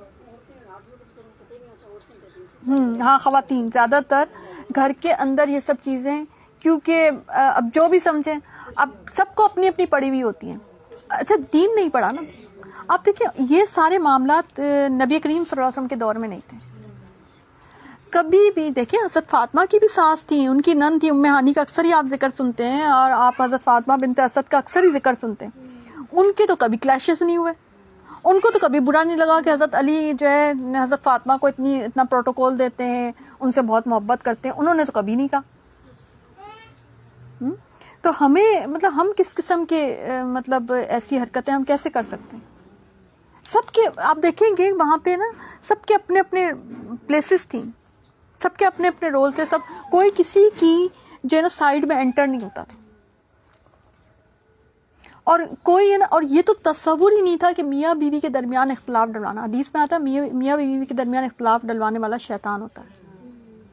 یہ تو تصور ہی نہیں تھا. اور ہمارے معاشرے میں یہ سب سے زیادہ جو ہے نا یہ چیز ہو چکی ہے. تو ہمارے معاشرے کو میں سمجھتی ہوں کہ اس کو ریوائز کرنے کی ضرورت ہے. اگر آپ ایسے ہی کرتے رہیں گے فیملی یونٹس خراب ہوتے رہیں گے, پھر ان کا اثر بچوں پہ آئے گا, ان کا اثر ان کی جنریشنز پہ جائے گا, ان کا اثر ان کی جنریشن, پھر یہ بس چلتا جائے گا یہ معاملہ, اگر ہم نے اس کو ٹھیک نہ کیا تھا. اور یہ جو معاشرے میں بے راہ روی ہے یہ بھی اسی وجہ سے, کیونکہ کپلز آپس میں تو جو ہے اچھی لائف گزار ہی نہیں سکتے, تو پھر وہ کیا کریں گے, ادھر ادھر منہ ماریں گے. یہ ہے اس کی وجہ. یہ جو معاشرے میں جو بے راہ روی ہے نا, اس کی وجہ بھی یہی ہے. اور اس کی ایک وجہ یہ بھی ہے کہ نکاح میں دیر کی جا رہی ہوتی ہے, مگر نکاح میں دیر کے علاوہ ایک وجہ یہ بھی ہے, جب نکاح ہو بھی جاتے ہیں نا تو ایسے معاملات ہوتے ہیں. اور نکاح میں دیر کی بھی یہی معاملات ہوتے ہیں کہ ہمیں بہت ساری چیزیں چاہیے ہوتی ہیں, ہمیں کیونکہ آوا بدلا, ہمیں یہ چیز چاہیے, ہم یہ ہوگا وہ ہوگا, سب چیزیں ہم سیٹل کرنے کے چکر میں ہوتے ہیں, ہر چیز سیٹل ہو جائے پھر ہم نکاح کریں گے. تو وہ سب چیزیں سیٹل نہیں ہوتی, بلکہ اس کے برعکس آپ کے بچے آپ کے نا ہینڈ سے نکل جاتے, وہ آپ کا جنریشن خراب ہو چکی ہوتی ہے. یہ سارا معاملہ ہے. تو اللہ تعالیٰ نے اس کو بہت بڑی نشانی قرار دی ہے. اور حدیث میں آتا ہے تمہاری بہترین بیویاں وہ ہے جو محبت کرنے والی, زیادہ بچے پیدا کرنے والی, ہم نوائی کرنے والی, یعنی ہاں میں ہاں ملانے والی, ٹھیک ہے نا. عورت اس سے سیکھے, اور ہمدردی کرنے والی ہے, ٹھیک ہے, بشرطے کہ وہ اللہ سے ڈرنے والی. یعنی اس کا شوہر آخر ہار ہی جائے گا نا, اس کی اتنی ساری محبت کرنے والی اگر بیوی ہوگی تو وہ کس طرح سے اس کے آگے ظلم کرے گا, ٹھیک ہے نا. دیکھ لیں کہ محبت کرنے والی, ہم نوائی. اب یہ ہاں میں ہاں ملانا کوئی بعد میں بھلے وہ آپ نے ایک دفعہ یہاں کہنی ہوتی ہے, بعد میں آپ کی چلنی ہوتی ہے, لیکن وہ ایک دفعہ بھی یہاں نہیں کہی جا رہی ہوتی. یعنی کیسے دیکھیں بات آپ بنوا سکتے ہیں, محبت سے منوا سکتے ہیں, ٹھیک ہے نا. تو اور پھر حدیث میں یہ بھی آتا ہے کہ تم میں سے بہترین شخص وہ ہے جو اپنی بیویوں کے لیے اچھا, ٹھیک ہے نا. یعنی شوہر بھی یہ بات دیکھیں کہ وہ اپنی بیوی کے ساتھ کیسا سلوک کرتا ہے, ٹھیک ہے. اگر سجدے کی اجازت ہوتی تو اگر سجدہ جائز ہوتا تو شوہر کو کیا جانے کی اجازت ہوتی. تو شادی کا مقصد محبت اور رحمت ہے. یہ یہاں پہ شادی کا مقصد, آپ دیکھیں یہاں پہ اولاد بھی نہیں آ رہی ہے. یعنی اولاد آپ کو پتہ ہے سیکنڈ ایک مقصد ہے, کیونکہ اللہ تعالیٰ اولاد کسی کو دیتا بھی ہے کسی کو نہیں بھی دیتا, لیکن محبت اور مودت اللہ تعالیٰ ہر نکاح میں ڈال رہا ہے. یہ 100% بات ہے, ٹھیک ہے نا. تو یہ بات یہاں پہ سمجھائی گئی. اور اس کی قدرت کی نشانیوں میں سے آسمان و زمین کی پیدائش بھی ہے, یعنی کہ یہ بھی اللہ کی نشانیوں میں سے ہی ہے. اور تمہاری زبانوں کا اور رنگتوں کا اختلاف بھی ہے. یعنی دیکھیں ماں باپ ایک ہے, آدم و حوا کی اولاد, اور اتنی ساری زبانیں انسان بولتا ہے, اور اتنے سارے اس کے رنگ ہیں. کہیں پہ آپ دیکھیں گے تو کہیں پہ ٹین ہوتا ہے رنگ لوگوں کا, کہیں پہ گندمی ہوتا ہے, کہیں پہ بہت وائٹ ہوتا ہے, کہیں پہ ویٹش ہوتا ہے.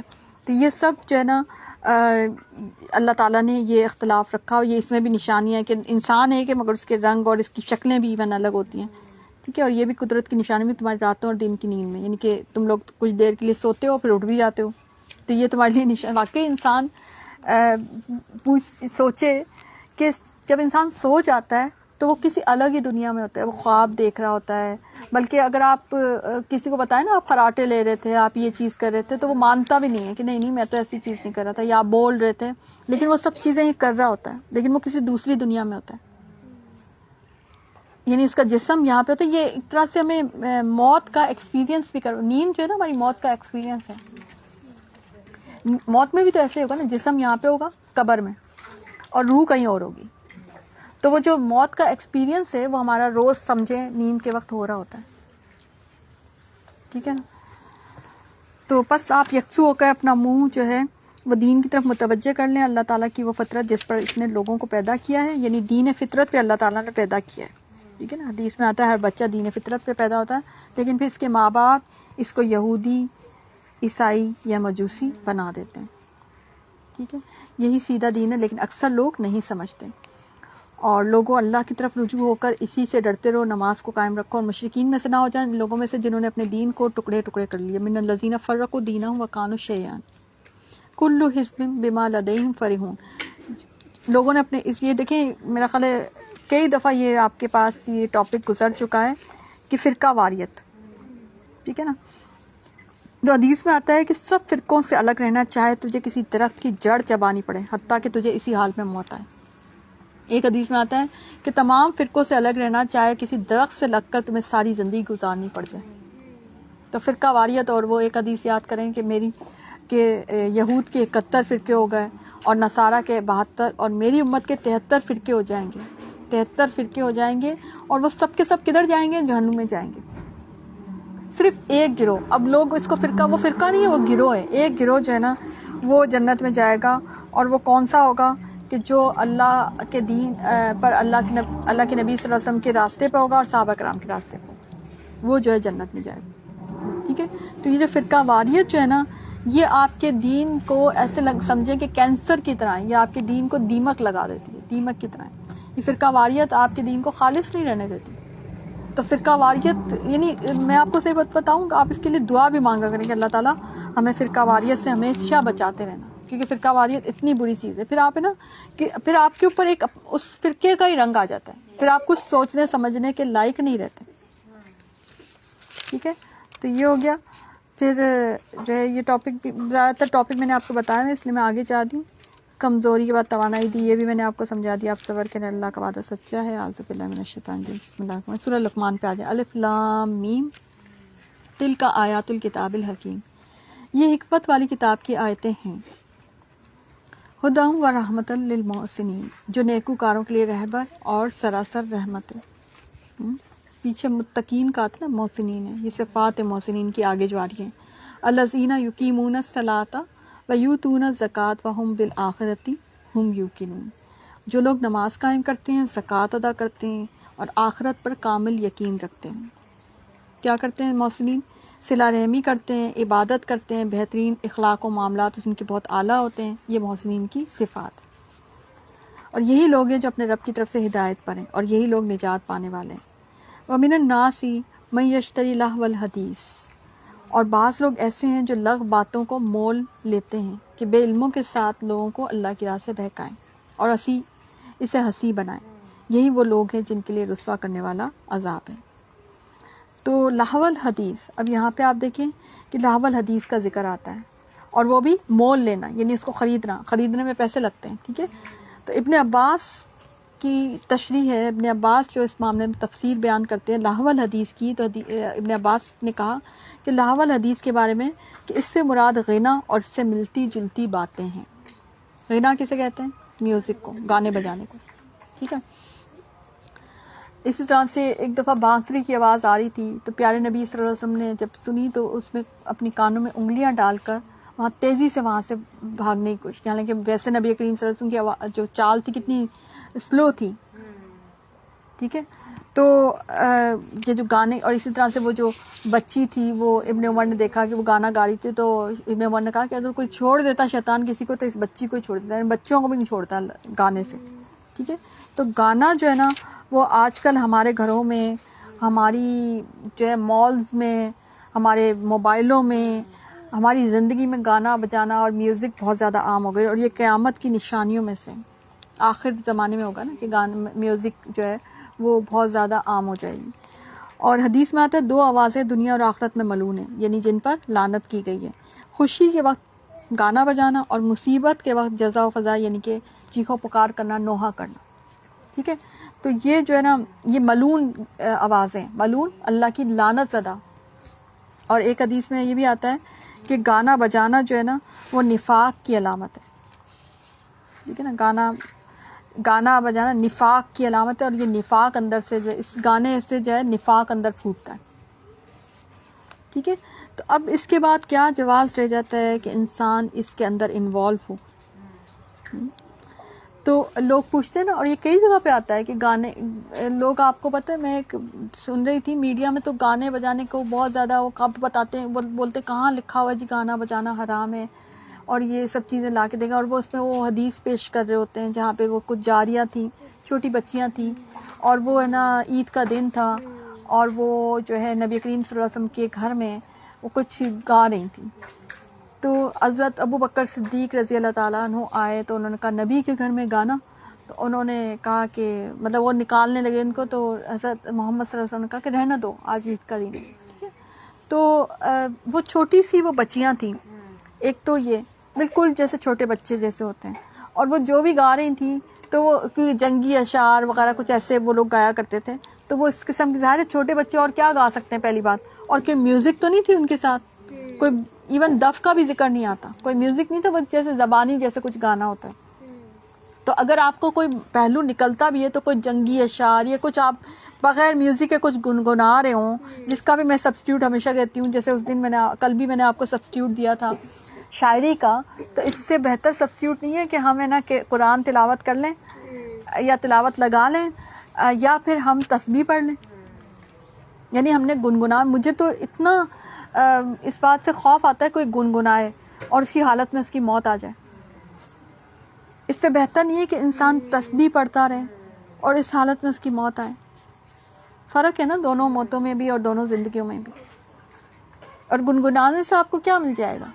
اور حقیقت بات ہے, آپ ایکسپیرینس کر کے دیکھ لیں کہ اندر ایک عجیب سی بے چینی, نفاق کی کیفیت شروع ہو جائے گی. ٹھیک ہے نا. تو یہ جو ہے نا, اور پھر اگر آپ کہیں زیادہ دیر کہیں وہ میوزک سن کے آ جائیں تو آپ کے کانوں میں کافی دیر تک وہ بجتی رہتی ہے اور آپ کا دل عبادت میں نہیں لگ رہا ہوتا. تو میوزک جو ہے وہ انتہائی بری چیز ہے, انسان کو جس حد تک ممکن ہو سکے اوائڈ کرنی چاہیے.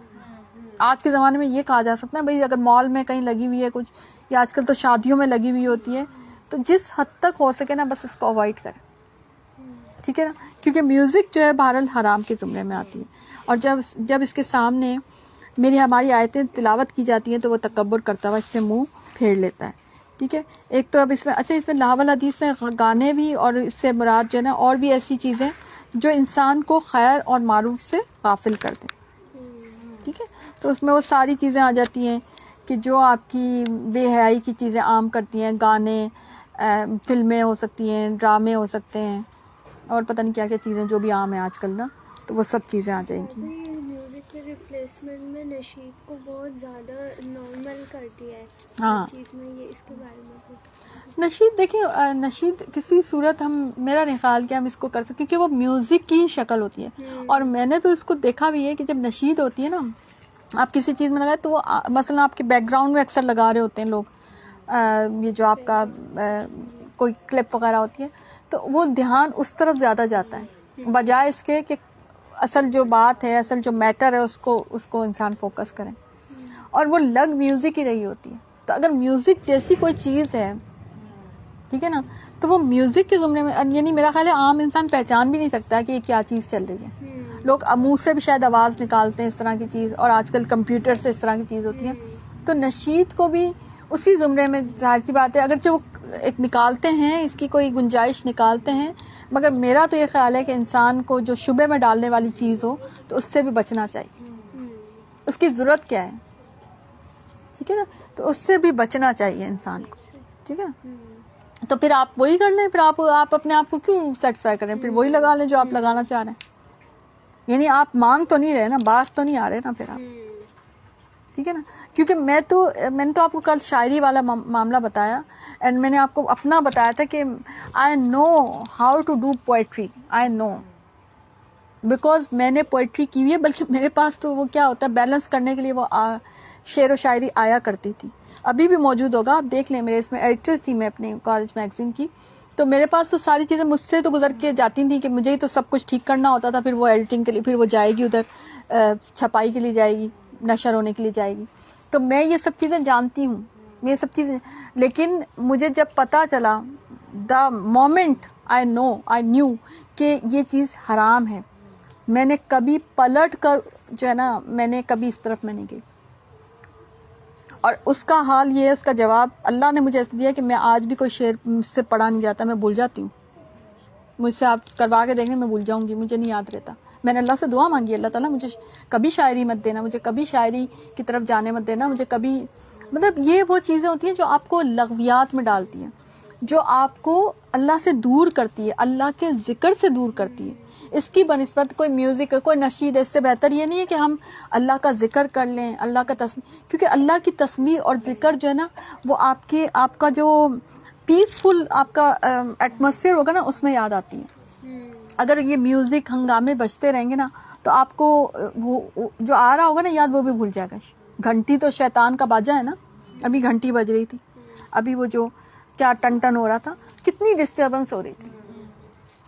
ٹھیک ہے نا, تو اس لیے ان چیزوں کو اوائڈ کرنے کی ضرورت ہے. ادروائز اچھا پھر آپ اگر یہ زنجیر کی طرح ہوتی ہیں, یہ گانے ہوتے ہیں نا جیسے پتہ نہیں کتنے منٹ کے, تو اگر آپ ایک سنیں گے نا تب آپ کا دل چاہے گا دوسرا بھی سنو, پھر دوسرا سنیں گے تو آپ کا دل چاہے گا تیسرا سنیں, پھر آپ کا پیٹ بھرے گا ہی نہیں, اور آپ ایک کے بعد ایک میں انوالو ہوتے چلے جائیں گے.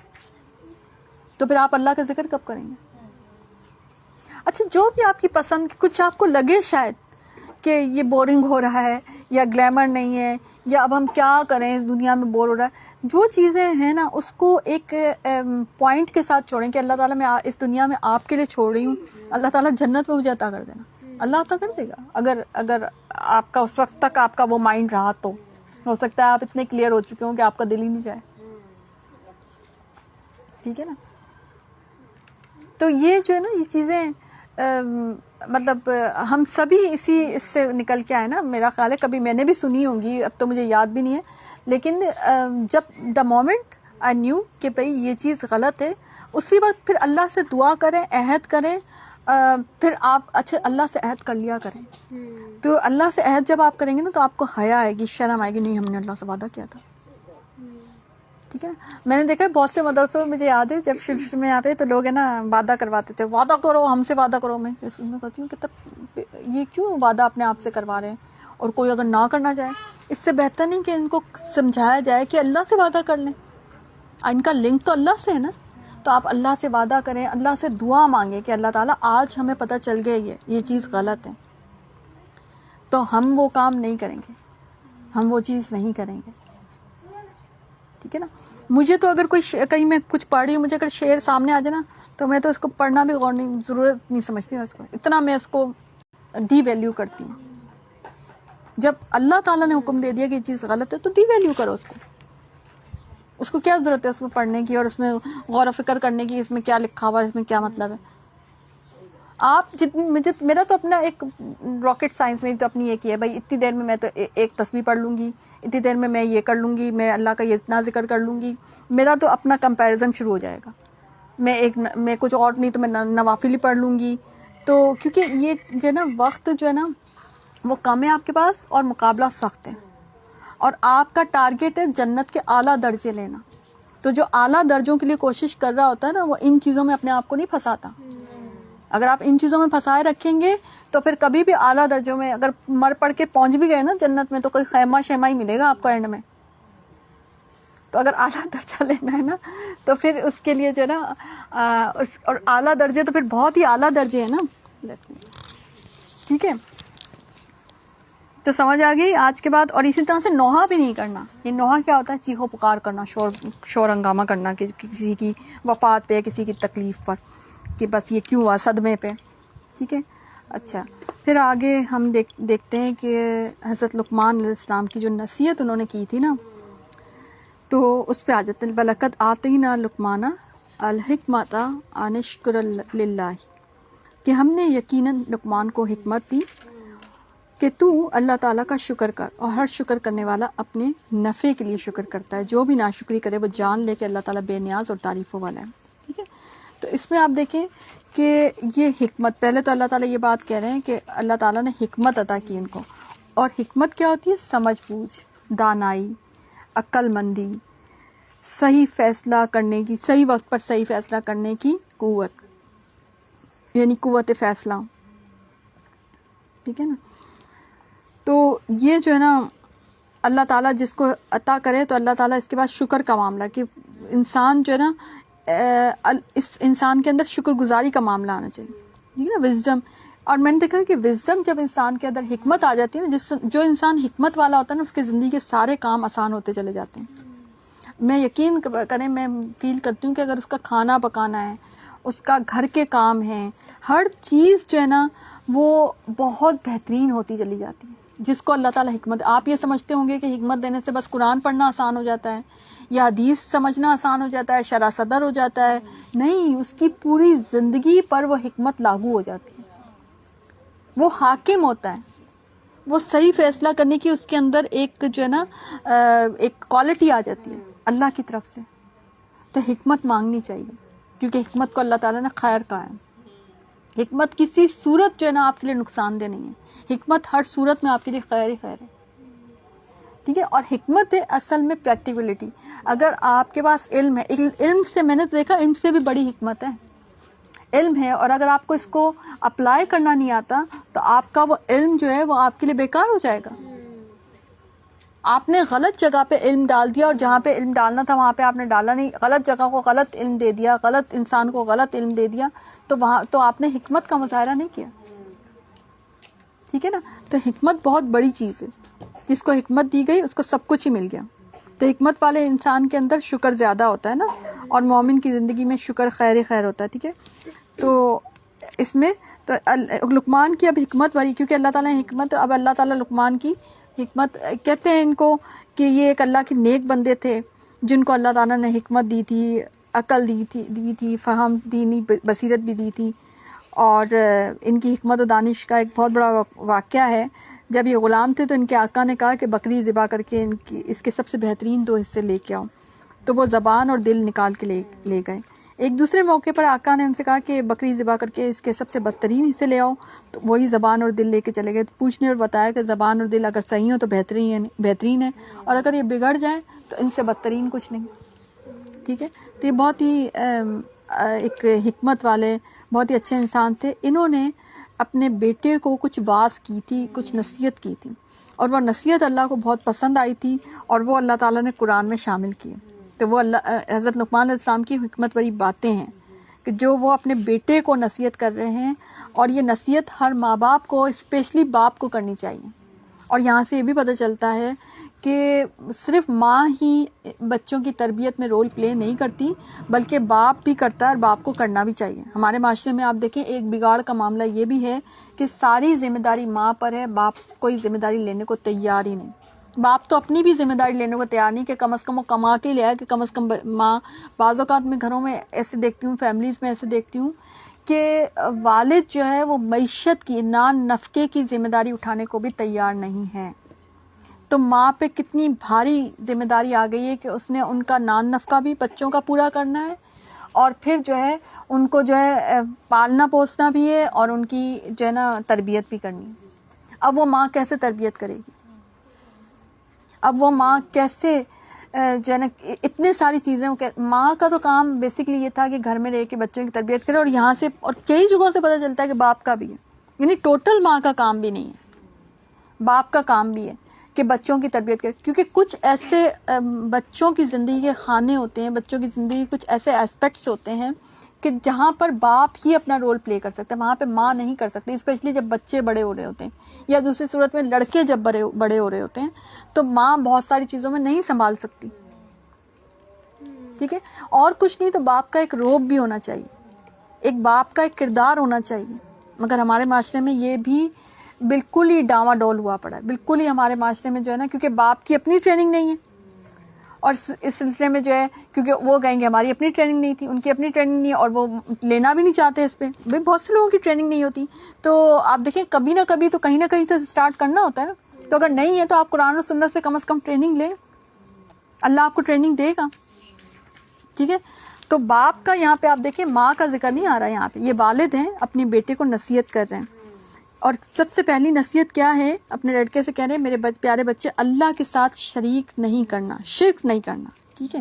شرک جو ہے نا وہ سب سے بڑی چیز ہے کہ جس کو جو ہے نا اللہ تعالی نے ناپسند کیا. ابو درداء کہتے ہیں رضی اللہ تعالیٰ عنہ کہ نبی کریم صلی اللہ علیہ وسلم نے مجھے وصیت فرمائی کہ اللہ کے ساتھ شریک نہ ٹھہرانا، خواہ تمہیں ٹکڑے ٹکڑے کر دیا جائے، خواہ تمہیں جلا دیا جائے، کیونکہ وہ تکلیف تو ختم ہو جائے گی مگر جہنم کی تکلیف بہت زیادہ ہے. ایک اور حدیث میں کہ جو شخص اس حال میں مرے کہ اس نے کسی کو شریک ٹھہرایا تھا اللہ کا تو وہ جہنم میں جائے گا. ٹھیک ہے. شرک کو اللہ تعالیٰ نہیں معاف کرے گا، یہ بات ذہن میں رکھیں. تو اس لیے آپ دیکھیں کہ بچوں کی ٹریننگ میں سب سے پہلے ان کو کیا ٹریننگ کرنی چاہیے؟ توحید کی ٹریننگ کرنی چاہیے. یہاں سے ہمیں یہ پتہ چلا ان کو شرک کی نو ہاؤ دینی چاہیے کہ یہ شرک ہے. ہم بچوں کو شرک کی نو ہاؤ دیتے نہیں ہیں. توحید پھر اگر ڈال بھی دیں نا تو ان کو یہ نہیں سمجھا پا رہے ہوتے بعض اوقات کہ شرک کیا ہے. یعنی بچوں کو اس سے پتہ چلتا ہے کہ شرک کا بھی بتانا چاہیے کہ شرک ہوتا کیا ہے. یہ شرک ہے. کہیں بھی آپ دیکھیں کہ بچے کسی شرک والے معاملے میں اور کچھ نہیں تو ریاکاری. آج کل تو بچے وہ موبائل ہاتھ میں لے کے اور وہ کر رہے ہوتے ہیں نا, کیا کہتے ہیں, ویلاگ بناتے ہیں اور کچھ نہیں تو اسٹیٹس ڈالتے ہیں. چھوٹے چھوٹے بچے, ینگ جنریشن ہر چیز کا دکھاوا کرتی ہے.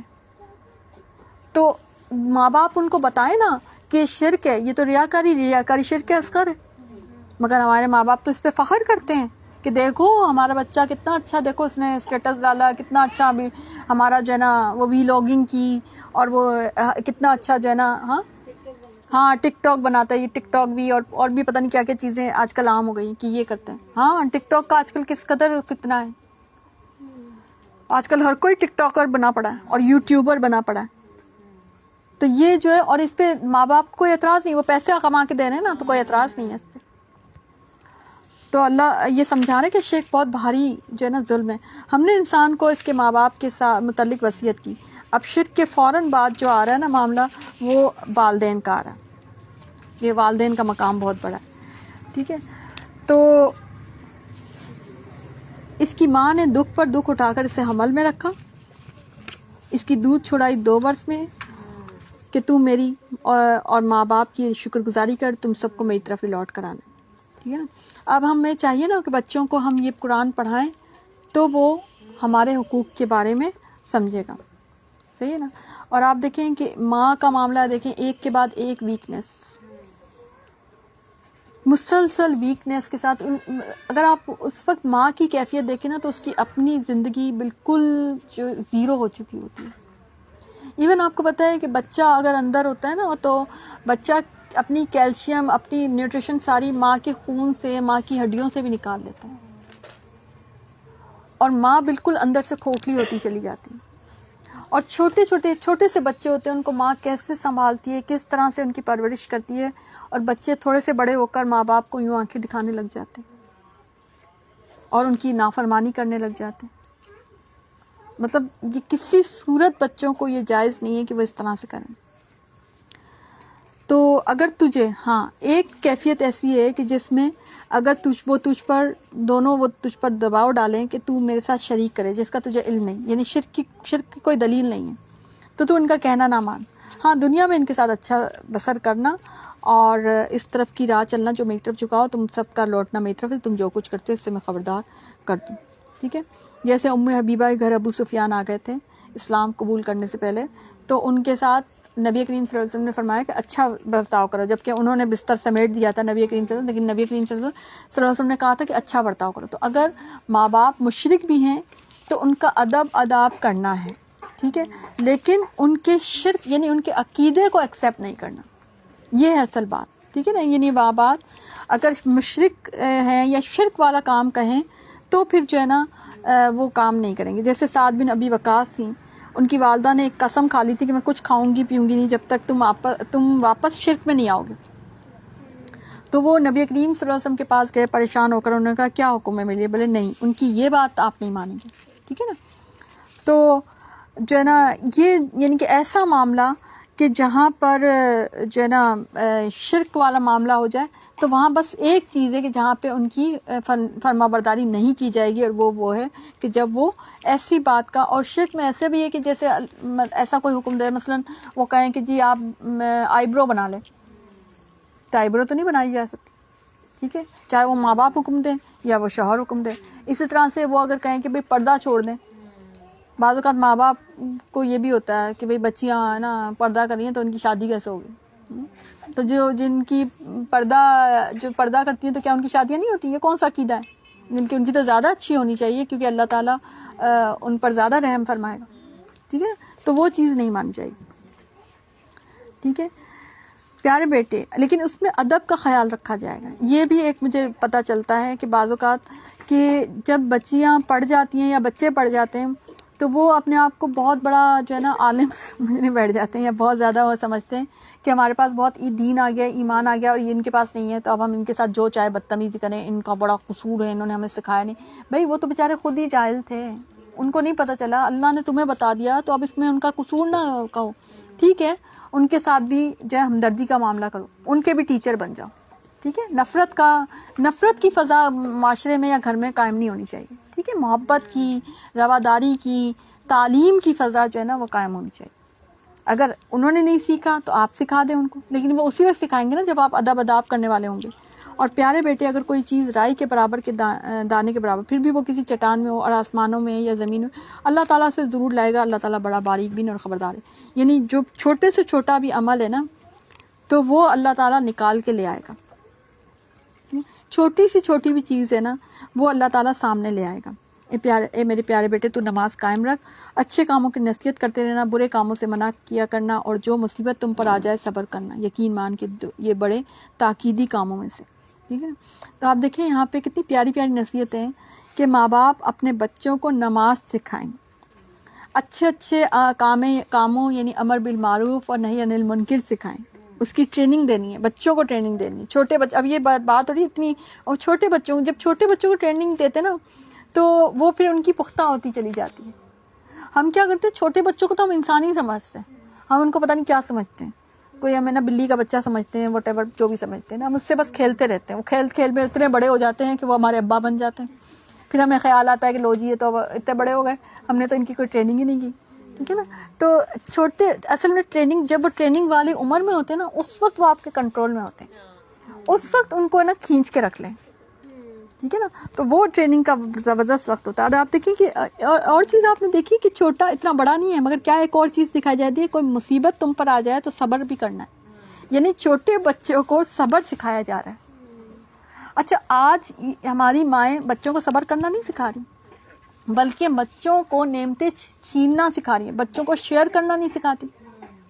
یعنی آپ دیکھیں آج کل کے ماں باپ کی کیا فطرت بن گئی ہے کہ بس ہم اپنے بچوں کو سب کچھ دے دیں, کچھ بھی ہو, ہمارے بچے کو برا وقت نہ دیکھیں. ہم نے بہت برا وقت دیکھا تھا, اس لیے ہمارے بچے برا وقت نہ دیکھیں. یہ ہماری ایک جو عجیب کہانی بن چکی ہے. میں نے اکثر ماں باپ کا یہ دیکھا ہے.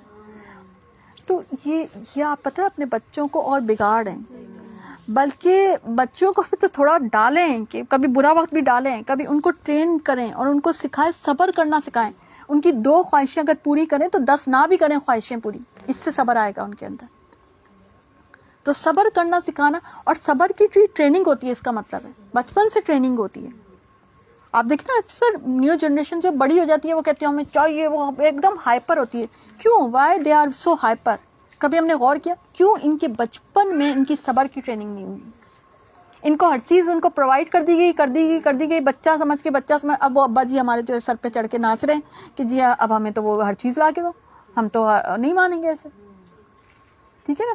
تو ماں باپ ایک اپنا کنٹرول رکھیں کسی بھی طرح سے, بائی کیا کہتے ہیں, بائی ہک اور بائی کروک, کسی بھی طریقے سے کنٹرول رکھیں.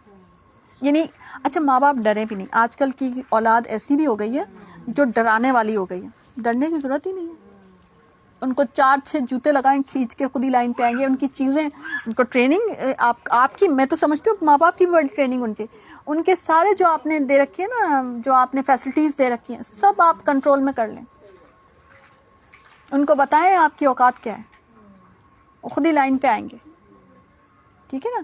اور ڈرے مت کہ یہ ہو جائے گا, وہ ہو جائے, کیا ہو جائے گا, کیا کر لیں گے, ٹھیک ہے نا. تو بچوں کو کبھی سختی سے اور کبھی نرمی سے ان کی ٹریننگ چلے گی, ان کی ٹریننگ ہوگی, ٹھیک ہے نا.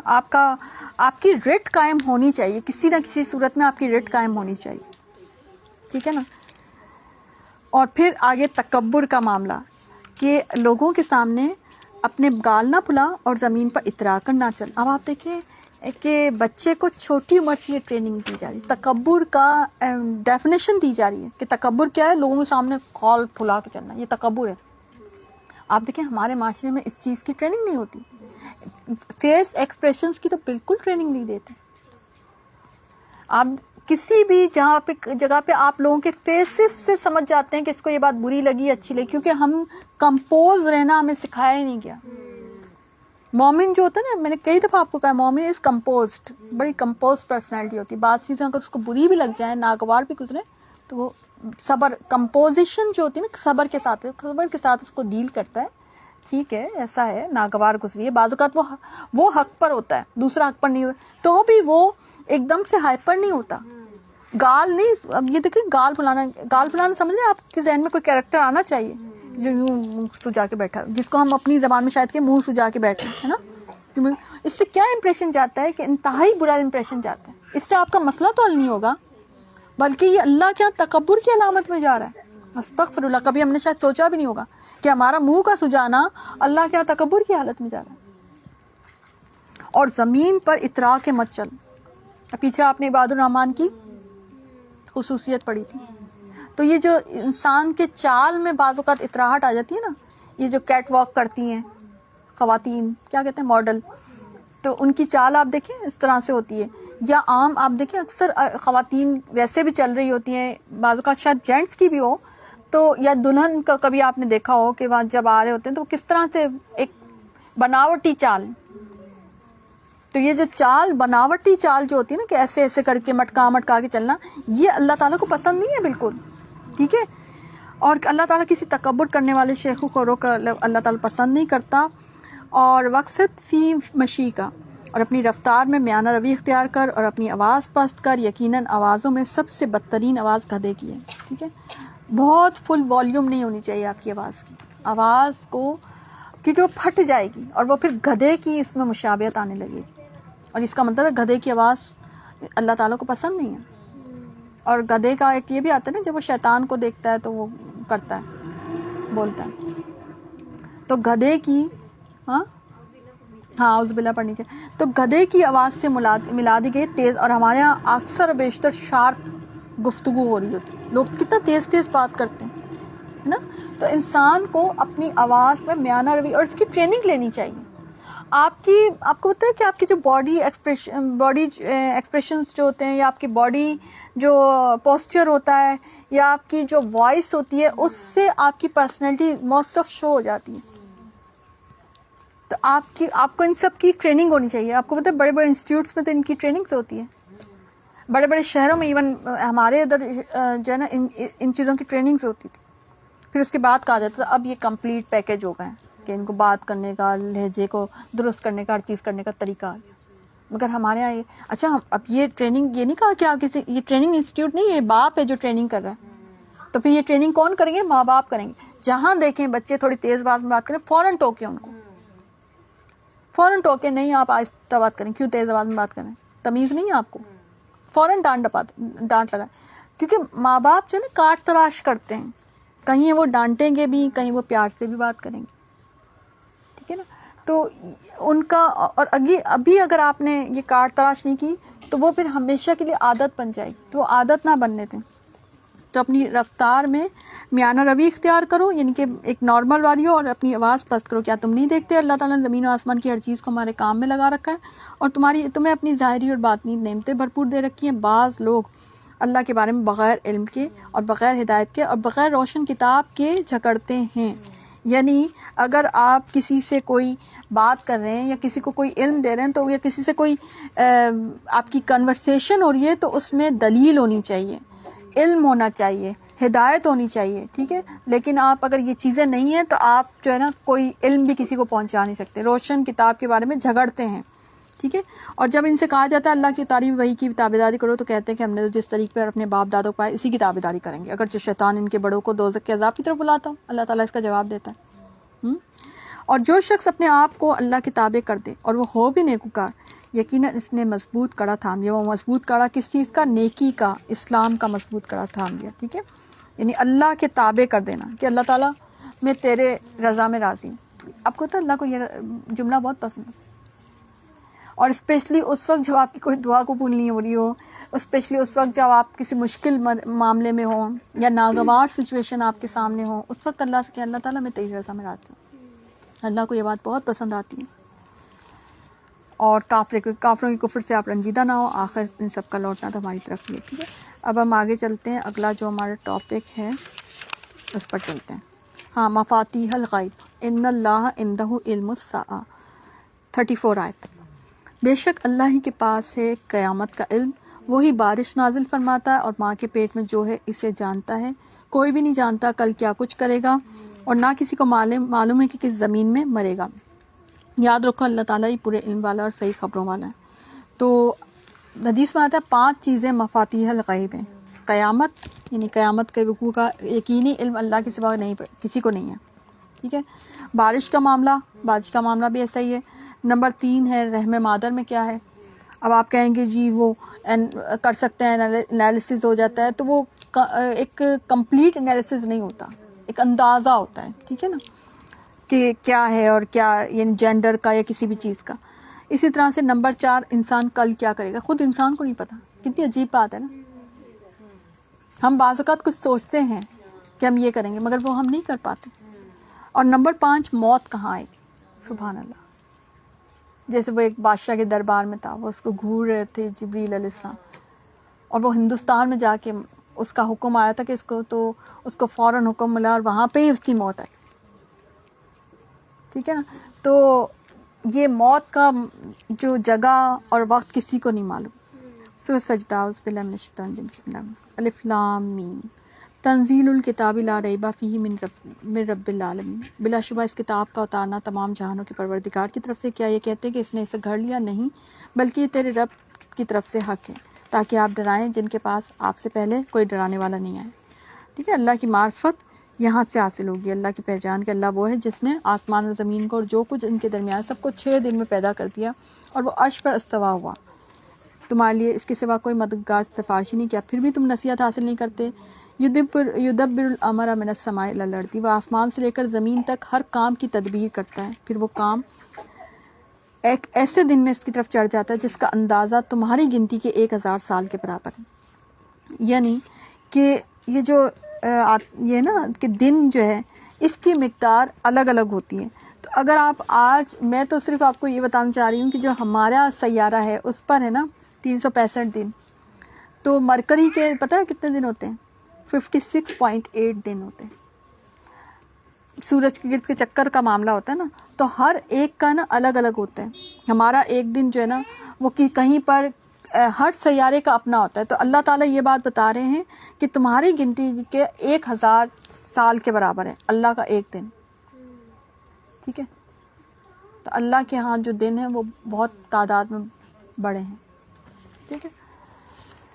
اور جس نے خوب بنائی جو بھی چیز بنائی اللہ کی. انسان کی بناوٹ مٹی سے شروع ہوئی, پھر اس کی نسل ایک بے وقت پانی کے جوڑ سے, جسے ٹھیک ٹھاک کر کے اس میں اس نے اپنی روح پھونک دی اور اسے کان, آنکھ اور دل بنائے. اس پر بھی تم تھوڑا احسان ہے, یعنی کہ تم اس میں بجائے اس کے کہ اس سے عقل سے کام لو, فہم استعمال کرو, اس کو جو ہے اس سے تم اللہ کو پہچانو, مگر تم تو دنیا میں لگاتے ہو اپنے اعضاء کو. تو یہ ہو گیا. اب ہم آگے چلتے ہیں. اعوذ باللہ من الشیطان الرجیم. بسم اللہ. سورۃ الاحزاب. اب جو ٹاپک ہے آپ کا وہ ہے یا ایھا النبی,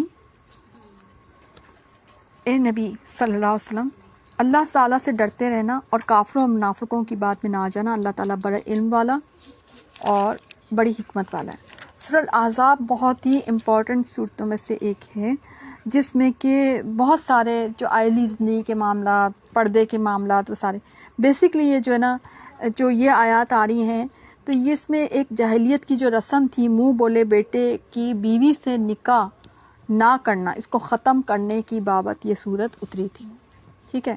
زید بن حارثہ نبی کریم صلی اللہ علیہ وسلم کے منہ بولے بیٹے تھے, ویسے تو ان کے غلام تھے مگر انہوں نے اپنا بیٹا بنا لیا تھا. تو عرب میں جو ہے نا لوگوں نے ان کو زید بن محمد کہنا شروع کر دیا تھا. ٹھیک ہے. تو اب یہ تھا کہ اب آگے آپ اسی میں پڑھیں گے خاتم النبیین کی آیت آئے گی, تو نبی کریم صلی اللہ علیہ وسلم کی جو ساری نرینہ اولاد تھی نا, تو ان کو تو بچپن میں ہی ان کی تو وفات ہو گئی تھی. اب یہ کیونکہ ان کو کہا جاتا تھا زید بن محمد, تو آپ دیکھیں نبی کریم صلی اللہ علیہ وسلم کی پردے کے بعد, وفات پانے کے بعد کوئی فتنہ کھڑا ہو سکتا تھا نا, تو اس لیے ایک اس معاملے کو بھی سالو کرنا ضروری تھا. اچھا, اب ان کا معاملہ کیا ہوا تھا کہ نا انہوں نے ان کی شادی جو ہے نا حضرت زینب بنت جہش سے نبی کریم صلی اللہ علیہ وسلم نے کروائی تھی. یہ ایک غلام نسل, ویسے تو عربی النسل تھے, مگر جیسے ہوتا ہے نا بچپن میں ان کو کسی نے خرید کر غلام کے اس میں بھیج دیا, تو وہ ایک اس میں یہ تھا. تو جبکہ زینب بنت جہش جو تھیں وہ ہاشمی خاندان سے تھی, نبی کریم صلی اللہ علیہ وسلم کی پھپھی کی بیٹی تھی. تو ہے نا بہرحال وہ پہلے راضی نہیں تھے، ان کی فیملی میں کوئی بھی ان سے شادی کرنے پہ راضی نہیں تھے زید بن حارثہ سے، مگر نبی کریم صلی اللہ علیہ وسلم نے جب فرمایا تو پھر انہوں نے اس بات کو، یہ میرا خیال ہے آیات آگے آ رہی ہوں گی، تو اس میں انہوں نے کہا کہ ٹھیک ہے، وہ مان گئے تھے، ٹھیک ہے، ان کی فیملی مان گئی تھی ان کے. تو اس کے بعد کیا ہوا کہ نا اب جب آپس میں ان کی بن نہیں پا رہی تھی، حضرت زینب بنت جہش رضی اللہ تعالیٰ عنہ اور حضرت زید بن حارثہ کی آپس میں نہیں، اور اس میں جو ایک ریزن کچھ ایسا ہی محسوس ہو رہا تھا کہ جو خاندانی تفاوت کا جو فرق تھا نا، اس کی وجہ سے ان کی آپس میں مس انڈرسٹینڈنگ سے زیادہ رہتی تھی، انڈرسٹینڈنگ نہیں ہو پا رہی تھی. تو یہ اکثر آتے تھے، یہ آپ آگے پڑھیں گے قرآن میں کہ اکثر آتے تھے نبی کریم صلی اللہ علیہ وسلم سے کہتے تھے کہ میں چھوڑنا چاہتا ہوں ان کو، تو نبی کریم صلی اللہ علیہ وسلم کہتے تھے کہ نہیں آپ اس کو نہ چھوڑیں. اور اس سے بھی پتہ چلتا ہے کہ نبی کریم صلی اللہ علیہ وسلم نے کبھی کسی کو طلاق کے لیے یعنی ایک طرح سے جیسے پروموٹ نہیں کیا یا پسند نہیں فرمائی، ٹھیک ہے نا. تو انہوں نے کہا کہ نہیں رکھیں، انڈرسٹینڈنگ ہو جائے گی آپ رکھیں. بہرحال فائنلی ان کی آپس میں ڈیورس ہو گئی، اور اس کے بعد جو ہے نبی کریم صلی اللہ علیہ وسلم کو حکم ملا، اور یہ حکم پہلے ہی آ چکا تھا کہ اگر انہوں نے ڈیورس دی تو پھر آپ کو ان سے نکاح کرنا ہوگا، ٹھیک ہے. تو اس بات سے نبی کریم صلی اللہ علیہ وسلم ڈرتے تھے کہ لوگ کیا کہیں گے کہ اپنی بہو سے نکاح کر لیا، کیونکہ اس وقت عرب میں یہ دستور تھا کہ اپنا جو منہ بولا بیٹا ہوتا ہے نا، تو اس کی بیوی سے بھی نکاح نہیں کیا جا سکتا کبھی بھی، ہمیشہ کے لیے. تو وہ اس رسم کو توڑنا تھا بیسیکلی. آپ دیکھیں اسلام میں ساری جو جاہلیت کی جو خراب رسمیں ان کو توڑا گیا. ابھی آگے زہار کا بھی آپ پڑھیں گے، ٹھیک ہے. تو وہ پھر اس کے بعد وہ نکاح ہوا، اور وہ آسمانوں پہ نکاح ہوا، کیونکہ نبی کریم صلی اللہ علیہ وسلم بہت پریشان تھے کہ کیسے ہو. تو وہ نکاح اللہ تعالیٰ نے آسانی دی ان کو کہ زمین پہ نکاح منعقد ہی نہیں ہوا، نہ نکاح خوانی ہوئی، نہ کوئی مہر ہوا. تو وہ اللہ تعالیٰ قرآن میں کہیں گے کہ ہم نے اس کو تیرے نکاح میں دے دیا، ٹھیک ہے. تو وہ یہ واحد نکاح ہے جو کہ آسمان پہ ہوا تھا. تو اس طرح سے نکاح ہو گیا تھا، اور پھر اس کے بعد جو ہے نا لوگوں نے باتیں بنائی، لیکن یہ رسم توڑ دی گئی، ٹھیک ہے. اور آگے آپ پڑھیں گے اس میں خاتم النبیین کا بھی ذکر آئے گا سورہ الاحزاب میں. تو اے نبی کریم صلی اللہ علیہ وسلم اللہ سے ڈرتے رہنا، اور کافروں اور منافقوں کی باتوں میں نہ آ جانا. اب اسی پہ بات کہ بھئی لوگ پروپیگنڈا کریں گے تو ان کی باتوں میں نہ آنا. اللہ تعالیٰ بڑے علم اور بڑی حکمت والا ہے. جو کچھ آپ کی جانب آپ کے رب کی طرف وحی کی جاتی ہے اس کی تابع داری کریں، یقین مانو کہ اللہ تعالیٰ تمہارے ہر ایک عمل سے باخبر ہے. آپ اللہ ہی پر توکل کریں، وہ کارسازی کے لیے کافی ہے. کسی آدمی کے سینے میں اللہ تعالیٰ نے دو دل نہیں رکھے. اپنی جن بیویوں کو تم ماں قرار دے کہہ بیٹھتے ہو، انہیں اللہ نے تمہاری سچ مچ کی ماں نہیں بنائی. اب اس معاشرے میں ایک اور جاہلیت کی رسم چلتی تھی، اور وہ تھی زہار. اور زہار کا معاملہ یہ ہوتا تھا کہ کوئی بھی اپنی بیوی سے کہہ دیتا تھا کہ تمہاری پیٹھ میری ماں کی طرح ہے، اور اس سے ایک طرح سے ریلیشن شپ ختم کر لیتا تھا. یعنی ایک طلاق کا ایک انداز تھا عرب میں چلا رہا تھا. ایک تو ڈیورس ہوتی ہے نا، ایک اظہار بھی تھی. اب وہ نہ تو دوسری نکاح کر سکتی تھی وہ جو عورت ہے، اور نہ وہ اس کے گھر میں بس سکتی تھی. تو اللہ تعالیٰ نے یہ بتایا کہ تمہارے کسی کے بھی اس میں جو ہے نا، اور بعض اوقات ایسا بھی کہتے ہیں کہ ہمارے ایک شخص کا آتا ہے کہ اس نے کہا کہ میرے تو دو دل ہیں. تو اللہ تعالیٰ نے کہا کہ کسی کی نہ تو دو دل ہوتے ہیں، نہ کسی کی دو مائیں ہوتی ہیں. اور دو مائیں نہیں ہو سکتی نا، بیوی تمہاری ماں کیسے ہو سکتی ہے. تو اللہ تعالیٰ نے رشتوں کا ایک احترام اور رشتوں میں ایک بیلنس رکھا ہے. آپ دیکھیں اللہ تعالیٰ خود قرآن میں سکھاتا ہے. ہم قرآن سے پتہ نہیں کیوں نہیں سیکھتے ہیں کہ ماں کا اپنا ایک مقام ہے، بیوی کا اپنا ایک مقام ہے. اس میں کیا ایسی بات ہے؟ تو جن بیویوں کو اللہ تعالیٰ بھی یہاں پہ کہہ رہے ہیں کہ جن بیویوں کو تم ماں کہہ بیٹھتے ہو، اللہ نے تمہاری سچ مچ کی ان کو ماں نہیں بنایا، اور نہ تمہارے لیے لے پالک لڑکوں کو تمہارا واقع. اب یہاں پہ وہ جو لے پالک کیونکہ حضرت زید بن حارثہ تھے نا، تو ان کا یہ تو تمہارے اپنے منہ کی باتیں. اللہ تعالیٰ حق بات فرماتا ہے اور وہ سیدھی راہ سجاتا ہے، ٹھیک ہے. تو یہ وہ باتیں جو سمجھا دی کہ زہار کا معاملہ بھی ختم کر دیا گیا کہ اب کوئی زہار نہیں ہوگا، اور پھر اس پہ اتنے سارے وہ کفارے بھی لگا دیے، اور اس کے بعد فائنلی زہار کا معاملہ اس معاشرے سے ختم ہوگا. اور آج ہم دیکھتے بھی نہیں کہیں پہ. اور اسی طرح سے آپ کو پتہ ہے کہ اگر کسی کوئی لے پالک بیٹے کا یا بچے کا کوئی معاملہ ہوتا ہے تو اس میں آپ کو پتہ ہے کہ اس کا نام والد کا ہی رکھنا ہوتا ہے، ٹھیک ہے.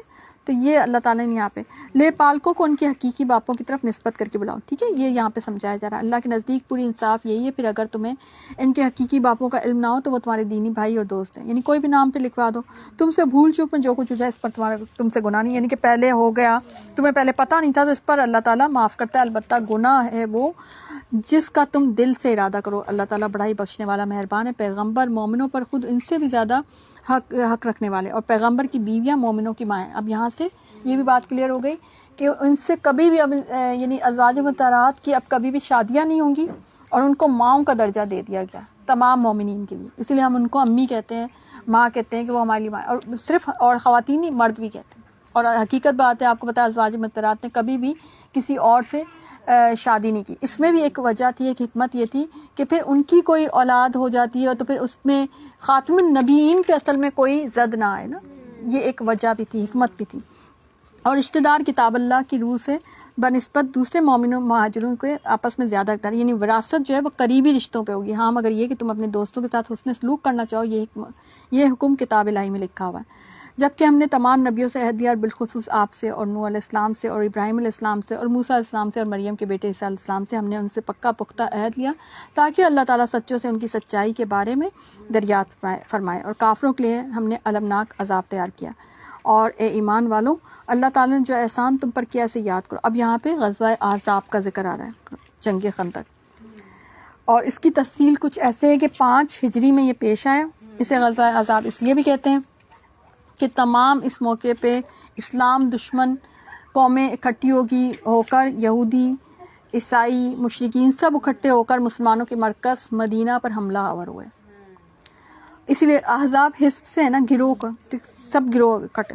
اور جنگ خندق اس لیے کہتے ہیں کہ اس میں مسلمانوں نے اپنے بچاؤ کے لیے مدینہ کے اطراف میں خندق جو ہے نا کھودی تھی, اور وہ حضرت سلمان فارسی رضی اللہ تعالیٰ عنہ کے مشورے سے کھودی گئی تھی. انہوں نے کہا تھا کہ ہمارے علاقے میں ہم اس طرح سے کرتے ہیں, تو ان کا جو مشورہ ہے وہ استعمال میں لایا گیا اور اس سے مستفید ہوا گیا. ٹھیک ہے, تاکہ دشمن مدینے کے اندر نہ آ سکیں. ٹھیک ہے, تو اور پھر اس کے بعد یہودیوں کے قبیلے بنو نذیر, جس کو رسول اللہ صلی اللہ علیہ وسلم نے ان کی مسلسل بدعہدی کی وجہ سے مدینے سے جلا وطن کر دیا تھا, وہ قبیلہ خیبر میں جا کر آباد ہو گیا تھا. اس نے کفار مکہ کو مسلمانوں پر حملہ آور ہونے کے لیے تیار کیا, اس کا یہ کام تھا. اسی طرح سے غطفان وغیرہ قبائل نجد کو بھی امداد کا یقین دلا کر آمادہ قتال کیا. اور یوں یہ یہودی اسلام اور مسلمانوں کے تمام دشمنوں کو اکٹھا کر کے مدینے پر حملہ آور ہونے میں کامیاب ہو گئے. یعنی انہوں نے پیٹھ پیچھے ایک کردار ادا کری یہودیوں نے. اور مشرکین مکہ کی قیادت ابو سفیان کے پاس تھی, تو انہوں نے احد کے آس پاس پڑاؤ ڈال کر تقریباً تمام مدینہ کا محاصرہ کر لیا. ان کی مجموعی تعداد 10,000 کے برابر تھی, جبکہ مسلمان صرف 3,000 تھے. اور پھر اس کے بعد جو ہے نا جب یہ خندق کا معاملہ ہوا تو اس کی وجہ سے دشمن کا جو لشکر ہے نا وہ مدینے کے اندر نہ آ سکا اور مدینے کے باہر قیام پذیر رہا. تاہم مسلمان ایک عرصے تک, کم و بیش کہتے ہیں 1 مہینے تک یہ محاصرہ رہا تھا. لیکن وہ 1 مہینے کا اگر محاصرہ دشمن کا آپ کے علاقے کے ارد گرد ہو تو آپ اندازہ لگا لیں کہ کیا کیفیت ہوگی اندر مسلمانوں کی. تو مسلمان سخت خوف اور اضطراب میں تھے. پھر اس کے بعد آپ کو پتہ ہے اللہ کی مدد کیسے آئی تھی, کہ اللہ کی مدد ایسے آئی تھی کہ تند و تیز ہوا جو آئی, اور وہ سخت طوفان اور آندھی کی شکل میں آئی, اور اس سے ان کے جو خیمے تھے وہ اللہ تعالیٰ نے اکھاڑ پھینکے. ان کے جو جانور تھے وہ رسیاں توڑا کے بھاگ گئے. ان کی ہانڈیاں الٹ گئی, اور یہ سب کے سب بھاگنے پر مجبور ہو گئے. ٹھیک ہے, تو یہ جو ہے نا یہ اس کی طرف اشارہ ہے کہ جب دشمن تمہارے پاس اوپر سے نیچے سے چڑھائے جبکہ آنکھیں پترا گئیں اور کلیجے منہ کا آ گیا, تم اللہ کی نسبت طرح طرح کے گمان کرنے لگے, یہی مومن آزمائے گئے اور پوری طرح سے جھنجھوڑ دیے گئے. یعنی کہ جنگیں بعض اوقات آزمائش ہوتی ہیں, یہ محاصرہ بھی آزمائش ہوتا ہے. اور اس وقت منافق وہ لوگ جن کے دلوں میں شک تھا, روگ تھا, کہنے لگے اللہ تعالیٰ اور اس کے رسول نے ہم سے محض دھوکہ فریب کا وعدہ کیا. ان کی ایک جماعت نے ہاک لگائی, اے مدینہ والوں تمہارے لیے ٹھکانہ نہیں, چلو لوٹ چلو. تو ان کی ایک جماعت نے کہا نبی کریم صلی اللہ علیہ وسلم سے اجازت مانگنے لگی, ہمارے گھر محفوظ ہے. یہ کون کر رہے تھے؟ یہ منافق تھے جو راہ فرار بہانہ بنا کر راہ فرار چاہتے تھے, جو بھاگنا چاہتے تھے. ٹھیک ہے, تو یہ وہ غزوہ احزاب ہے جس کے بارے میں بتا دیا گیا آپ کو. پھر آگے آ جائیں آیت نمبر 21 میں کہ لقد کانا پھر رسول اللہ اسوۃ الحسنہ, کہ یقیناً تمہارے لیے رسول اللہ صلی اللہ علیہ وسلم میں عمدہ نمونہ موجود ہے ہر اس شخص کے لیے جو اللہ تعالیٰ کی اور قیامت کے دن کی توقع رکھتا ہے اور بکثرت اللہ تعالیٰ کی یاد کرتا ہے. یعنی زندگی کے ہر شعبے میں نبی کریم صلی اللہ علیہ وسلم کی جو ہے نا نمونہ موجود ہے، ان کا رول موجود ہے کہ انہوں نے کیسے اس کو گزار کے دکھایا یا کیا ہدایت دی. آپ دیکھیں نبی کریم صلی اللہ علیہ وسلم کی زندگی میں عبادات بھی تھیں.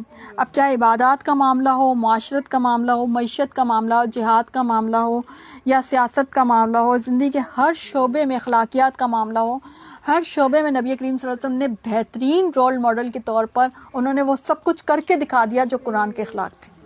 اسی لیے حضرت عائشہ کہتی ہے نا کہ نبی کریم صلی اللہ علیہ وسلم کے اخلاق تو قرآن کے اخلاق تھے.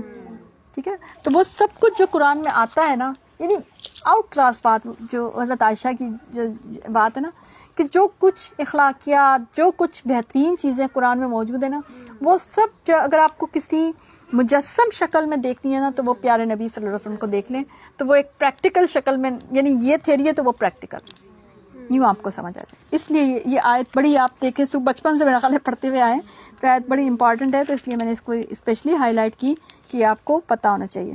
پھر اس کے بعد آپ کو پتہ ہے کہ کیا ہوا غزوہ احزاب کے بعد.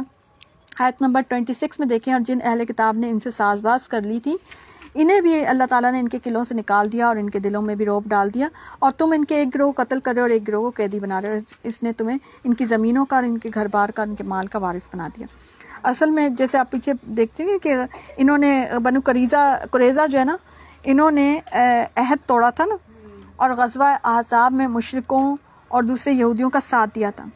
چنانچہ غزوہ احزاب سے واپس آ کر رسول اللہ صلی اللہ علیہ وسلم ابھی غسل ہی فرما سکے تھے کہ حضرت جبریل علیہ السلام آ گئے کہ یا رسول اللہ صلی اللہ علیہ وسلم آپ نے ہتھیار رکھ دیے، ہم نے تو ابھی نہیں رکھے. یعنی فرشتے موجود تھے، اس حصار میں بھی فرشتے موجود تھے. ٹھیک ہے، یاد رکھیں. تو اب ہے نا بنو قریظہ سے نمٹنا ہے. اچھا، اللہ کی احکامات اس طرح بھی ہوتا تھا، فرشتے بھی آیا کرتے تھے. ٹھیک ہے، مجھے اللہ نے اسی لیے آپ کے پاس بھیجا ہے. یہ کون کہہ رہے؟ حضرت جبریل علیہ السلام. چنانچہ آپ نے مسلمانوں سے اعلان فرما دیا کہ بلکہ ان کو تاکید دی کہ عصر کی نماز اب ہم وہیں جا کے پڑھیں گے. ٹھیک ہے، ان کی آبادی مدینے سے چند میل کے فاصلے پر تھی. یہ اپنے قلعے بند ہو گئے. ٹھیک ہے، باہر سے مسلمانوں نے ان کا محاصرہ کیا جو کم و بیش 25 روز قائم رہا. اب یہ ایک مہینے کا وہ محاصرہ اور اب 25 روز اب یہ محاصرہ کر رہے ہیں مسلمان. بالآخر انہوں نے سعد بن معاذ کو جو کہ اپنا حکم ثالث بنا لیا. یہ جو سعد بن معاذ تھے نا، ان کو یہ بھی اپنا جو ہے نا سردار سمجھتے تھے. تو وہ فیصلہ کہ وہ جو فیصلہ دیں گے نا ہم ہماری بابت دیں گے، ہمیں منظور ہوگا. انہوں نے فیصلہ دیا کہ ان میں سے لڑنے والے لوگوں کو جو اس میں شریک ہوئے تھے لڑنے میں، تو ان کو تو قتل کر دیا جائے گا، بچوں اور عورتوں کو قیدی بنا لیا جائے گا، اور ان کا مال مسلمانوں میں تقسیم کر دیا جائے گا. تو نبی کریم صلی اللہ علیہ وسلم نے یہ فیصلہ سن کر کہا کہ یہی فیصلہ آسمانوں پر اللہ تعالیٰ کا بھی ہے. کہ کتنا جو ہے نا، اچھا یہ انہی میں سے تھے، سعد بن معاذ انہی میں سے تھے. ٹھیک ہے نا، تو ہے نا اس کے مطابق ان کے جو جنگجو افراد تھے نا، جنہوں نے جنگ میں حصہ لیا تھا غزوہ احزاب میں، جو شریک ہوئے تھے، تو ان کو جو ہے نا گردنیں اڑا دی گئیں اور مدینے کو ان کے ناپاک وجود سے پاک کر دیا گیا. ٹھیک ہے، یہ پھر آنے کو تیار بیٹھے ہوئے ہیں. ایسے یہ غزوہ بنو قریظہ تھا. ٹھیک ہے، انہوں نے معاہدہ توڑا تھا مسلمانوں سے، اس لیے ان کے ساتھ یہ غزوہ تھا. اچھا، اب نبی کریم اب آگے دیکھ لیں، آیت ایلا آ رہی ہے. آیت تقیر بھی کہا جاتا ہے اس کو، اور ایلا کا معاملہ بھی کہا جاتا ہے. یا ایھا النبی صلی اللہ علیہ وسلم کلی ازواجک ان کنتن تردن حیات الدنیا، کہ اے نبی صلی اللہ علیہ وسلم اپنی بیویوں سے کہہ دو اگر تم زندگانی دنیا اور زینت دنیا چاہتے ہو تو آؤ میں تمہیں کچھ دے دلا کر رخصت کروں تمہیں اچھائی کے ساتھ. اصل میں ہوا یہ کہ فتوحات کے نتیجے میں مسلمانوں کی حالت جب پہلے کی نسبت بہتر ہو گئی تو انصار اور مہاجرین کی عورتوں کو دیکھ کر ازواج مطہرات نے بھی نان نفقے میں اضافے کا مطالبہ کر دیا. نبی کریم صلی اللہ علیہ وسلم سادگی پسند تھے، ان کو یہ بات مطالبہ پسند نہیں آیا، اور اس پر انہوں نے 1 مہینے کی علیحدگی اختیار کر لی. وہ علیحدگی جو تھی اپنے بالا خانہ پہ اختیار کی تھی، اور 29 دن کے بعد وہ نیچے تشریف لے آئے تھے. ٹھیک ہے، اس سے پتہ یہ چلتا ہے کہ آپ کو پتہ ہے حدیث میں یہ ہے کہ کوئی بھی جو ہے نا شوہر اپنی بیوی کو اپنے گھر سے نہیں نکال سکتا. اگر کوئی ایسا معاملہ ہو بھی تو خوابگاہ الگ کر لے. ٹھیک ہے، تو یہی معاملہ کیا تھا. اچھا، سیکنڈ یہ کہ نا وہ جب واپس آئے تو 29 دن کے بعد واپس آئے، تو حضرت عائشہ کے استفسار پہ بتایا کہ مہینہ 29 دن کا بھی تو ہوتا ہے. تو اس سے پتہ چلتا ہے کہ دین آسانی کا درس دیتا ہے. ٹھیک ہے نا. دین جو ہے نا نبی کریم صلی اللہ علیہ وسلم بہت, اگر یعنی کوئی سختی کا, جیسے یہاں پہ تھوڑا سا ان کو سزا دینے کا انداز تھا نا کہ آپ کیوں نانفقے کا مطالبہ کر رہے ہیں, تو بھی وہ بہت نرم خو تھے نبی کریم صلی اللہ علیہ وسلم. ٹھیک ہے. اس کے بعد اللہ نے یہ آیات اتاری, اور یہ آیات اللہ کے نبی صلی اللہ علیہ وسلم سب سے پہلے حضرت عائشہ کو سنائی کہ بھئی اگر آپ کچھ چاہتی ہیں تو میں دے دلا کے رخصت کر دوں. تو اور انہوں نے کہا کہ آپ خود فیصلہ نہ کیجیے گا بلکہ اپنے والدین سے مشورہ کیجیے گا. تو حضرت عائشہ نے کہا یہ کیسے ہو سکتا ہے کہ میں آپ کے بارے میں مشورہ کروں, میں تو آپ کو ہی پسند کرتی ہوں, میں تو اللہ اور اس کے رسول صلی اللہ علیہ وسلم کو پسند کرتی ہوں. اور یہی بات دیگر ازواج مطہرات نے کہی. تو اس وقت بھی کسی نے بھی نبی کریم صلی اللہ علیہ وسلم کو چھوڑ کر دنیا کے عیش و آرام کو ترجیح نہیں دی. اور اس وقت جو ہے ان کی 9 بیویاں تھیں. تو نبی کریم صلی اللہ علیہ وسلم, اس کے بعد آپ دیکھیں گے کہ آگے اللہ تعالیٰ کہیں گے کہ اب یہی بیویاں جو ہے نا تمہارے لیے کافی, یعنی ان کو یہ اعزاز دیا گیا کیونکہ انہوں نے آپ کو اختیار کیا, تو اب مزید جو ہے نا کوئی اور دوسرا نکاح نہیں کیا جائے گا. ٹھیک ہے.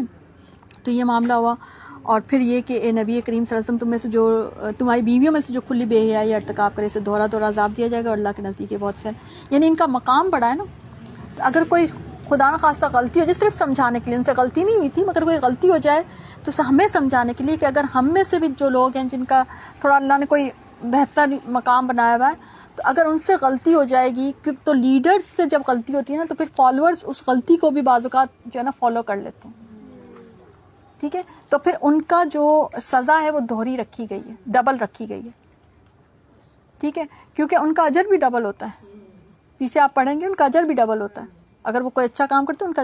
تو اگر ان سے کوئی غلطی ہو جائے تو پھر ان کی سزا ڈبل. یہ بس یہاں پہ سمجھا دی گئی. ٹھیک ہے. تو بس ہم یہاں تک ہی پڑھتے, پھر ہم, کیونکہ میرا ویسے بھی آج یہ تھا کہ ڈیٹیل تھی تو میں نے سوچا تھا میں ان کا ایک سپارہ جتنا آرام سے سکون سے میں پڑھا دوں گی, باقی ہو جائے گا انشاءاللہ.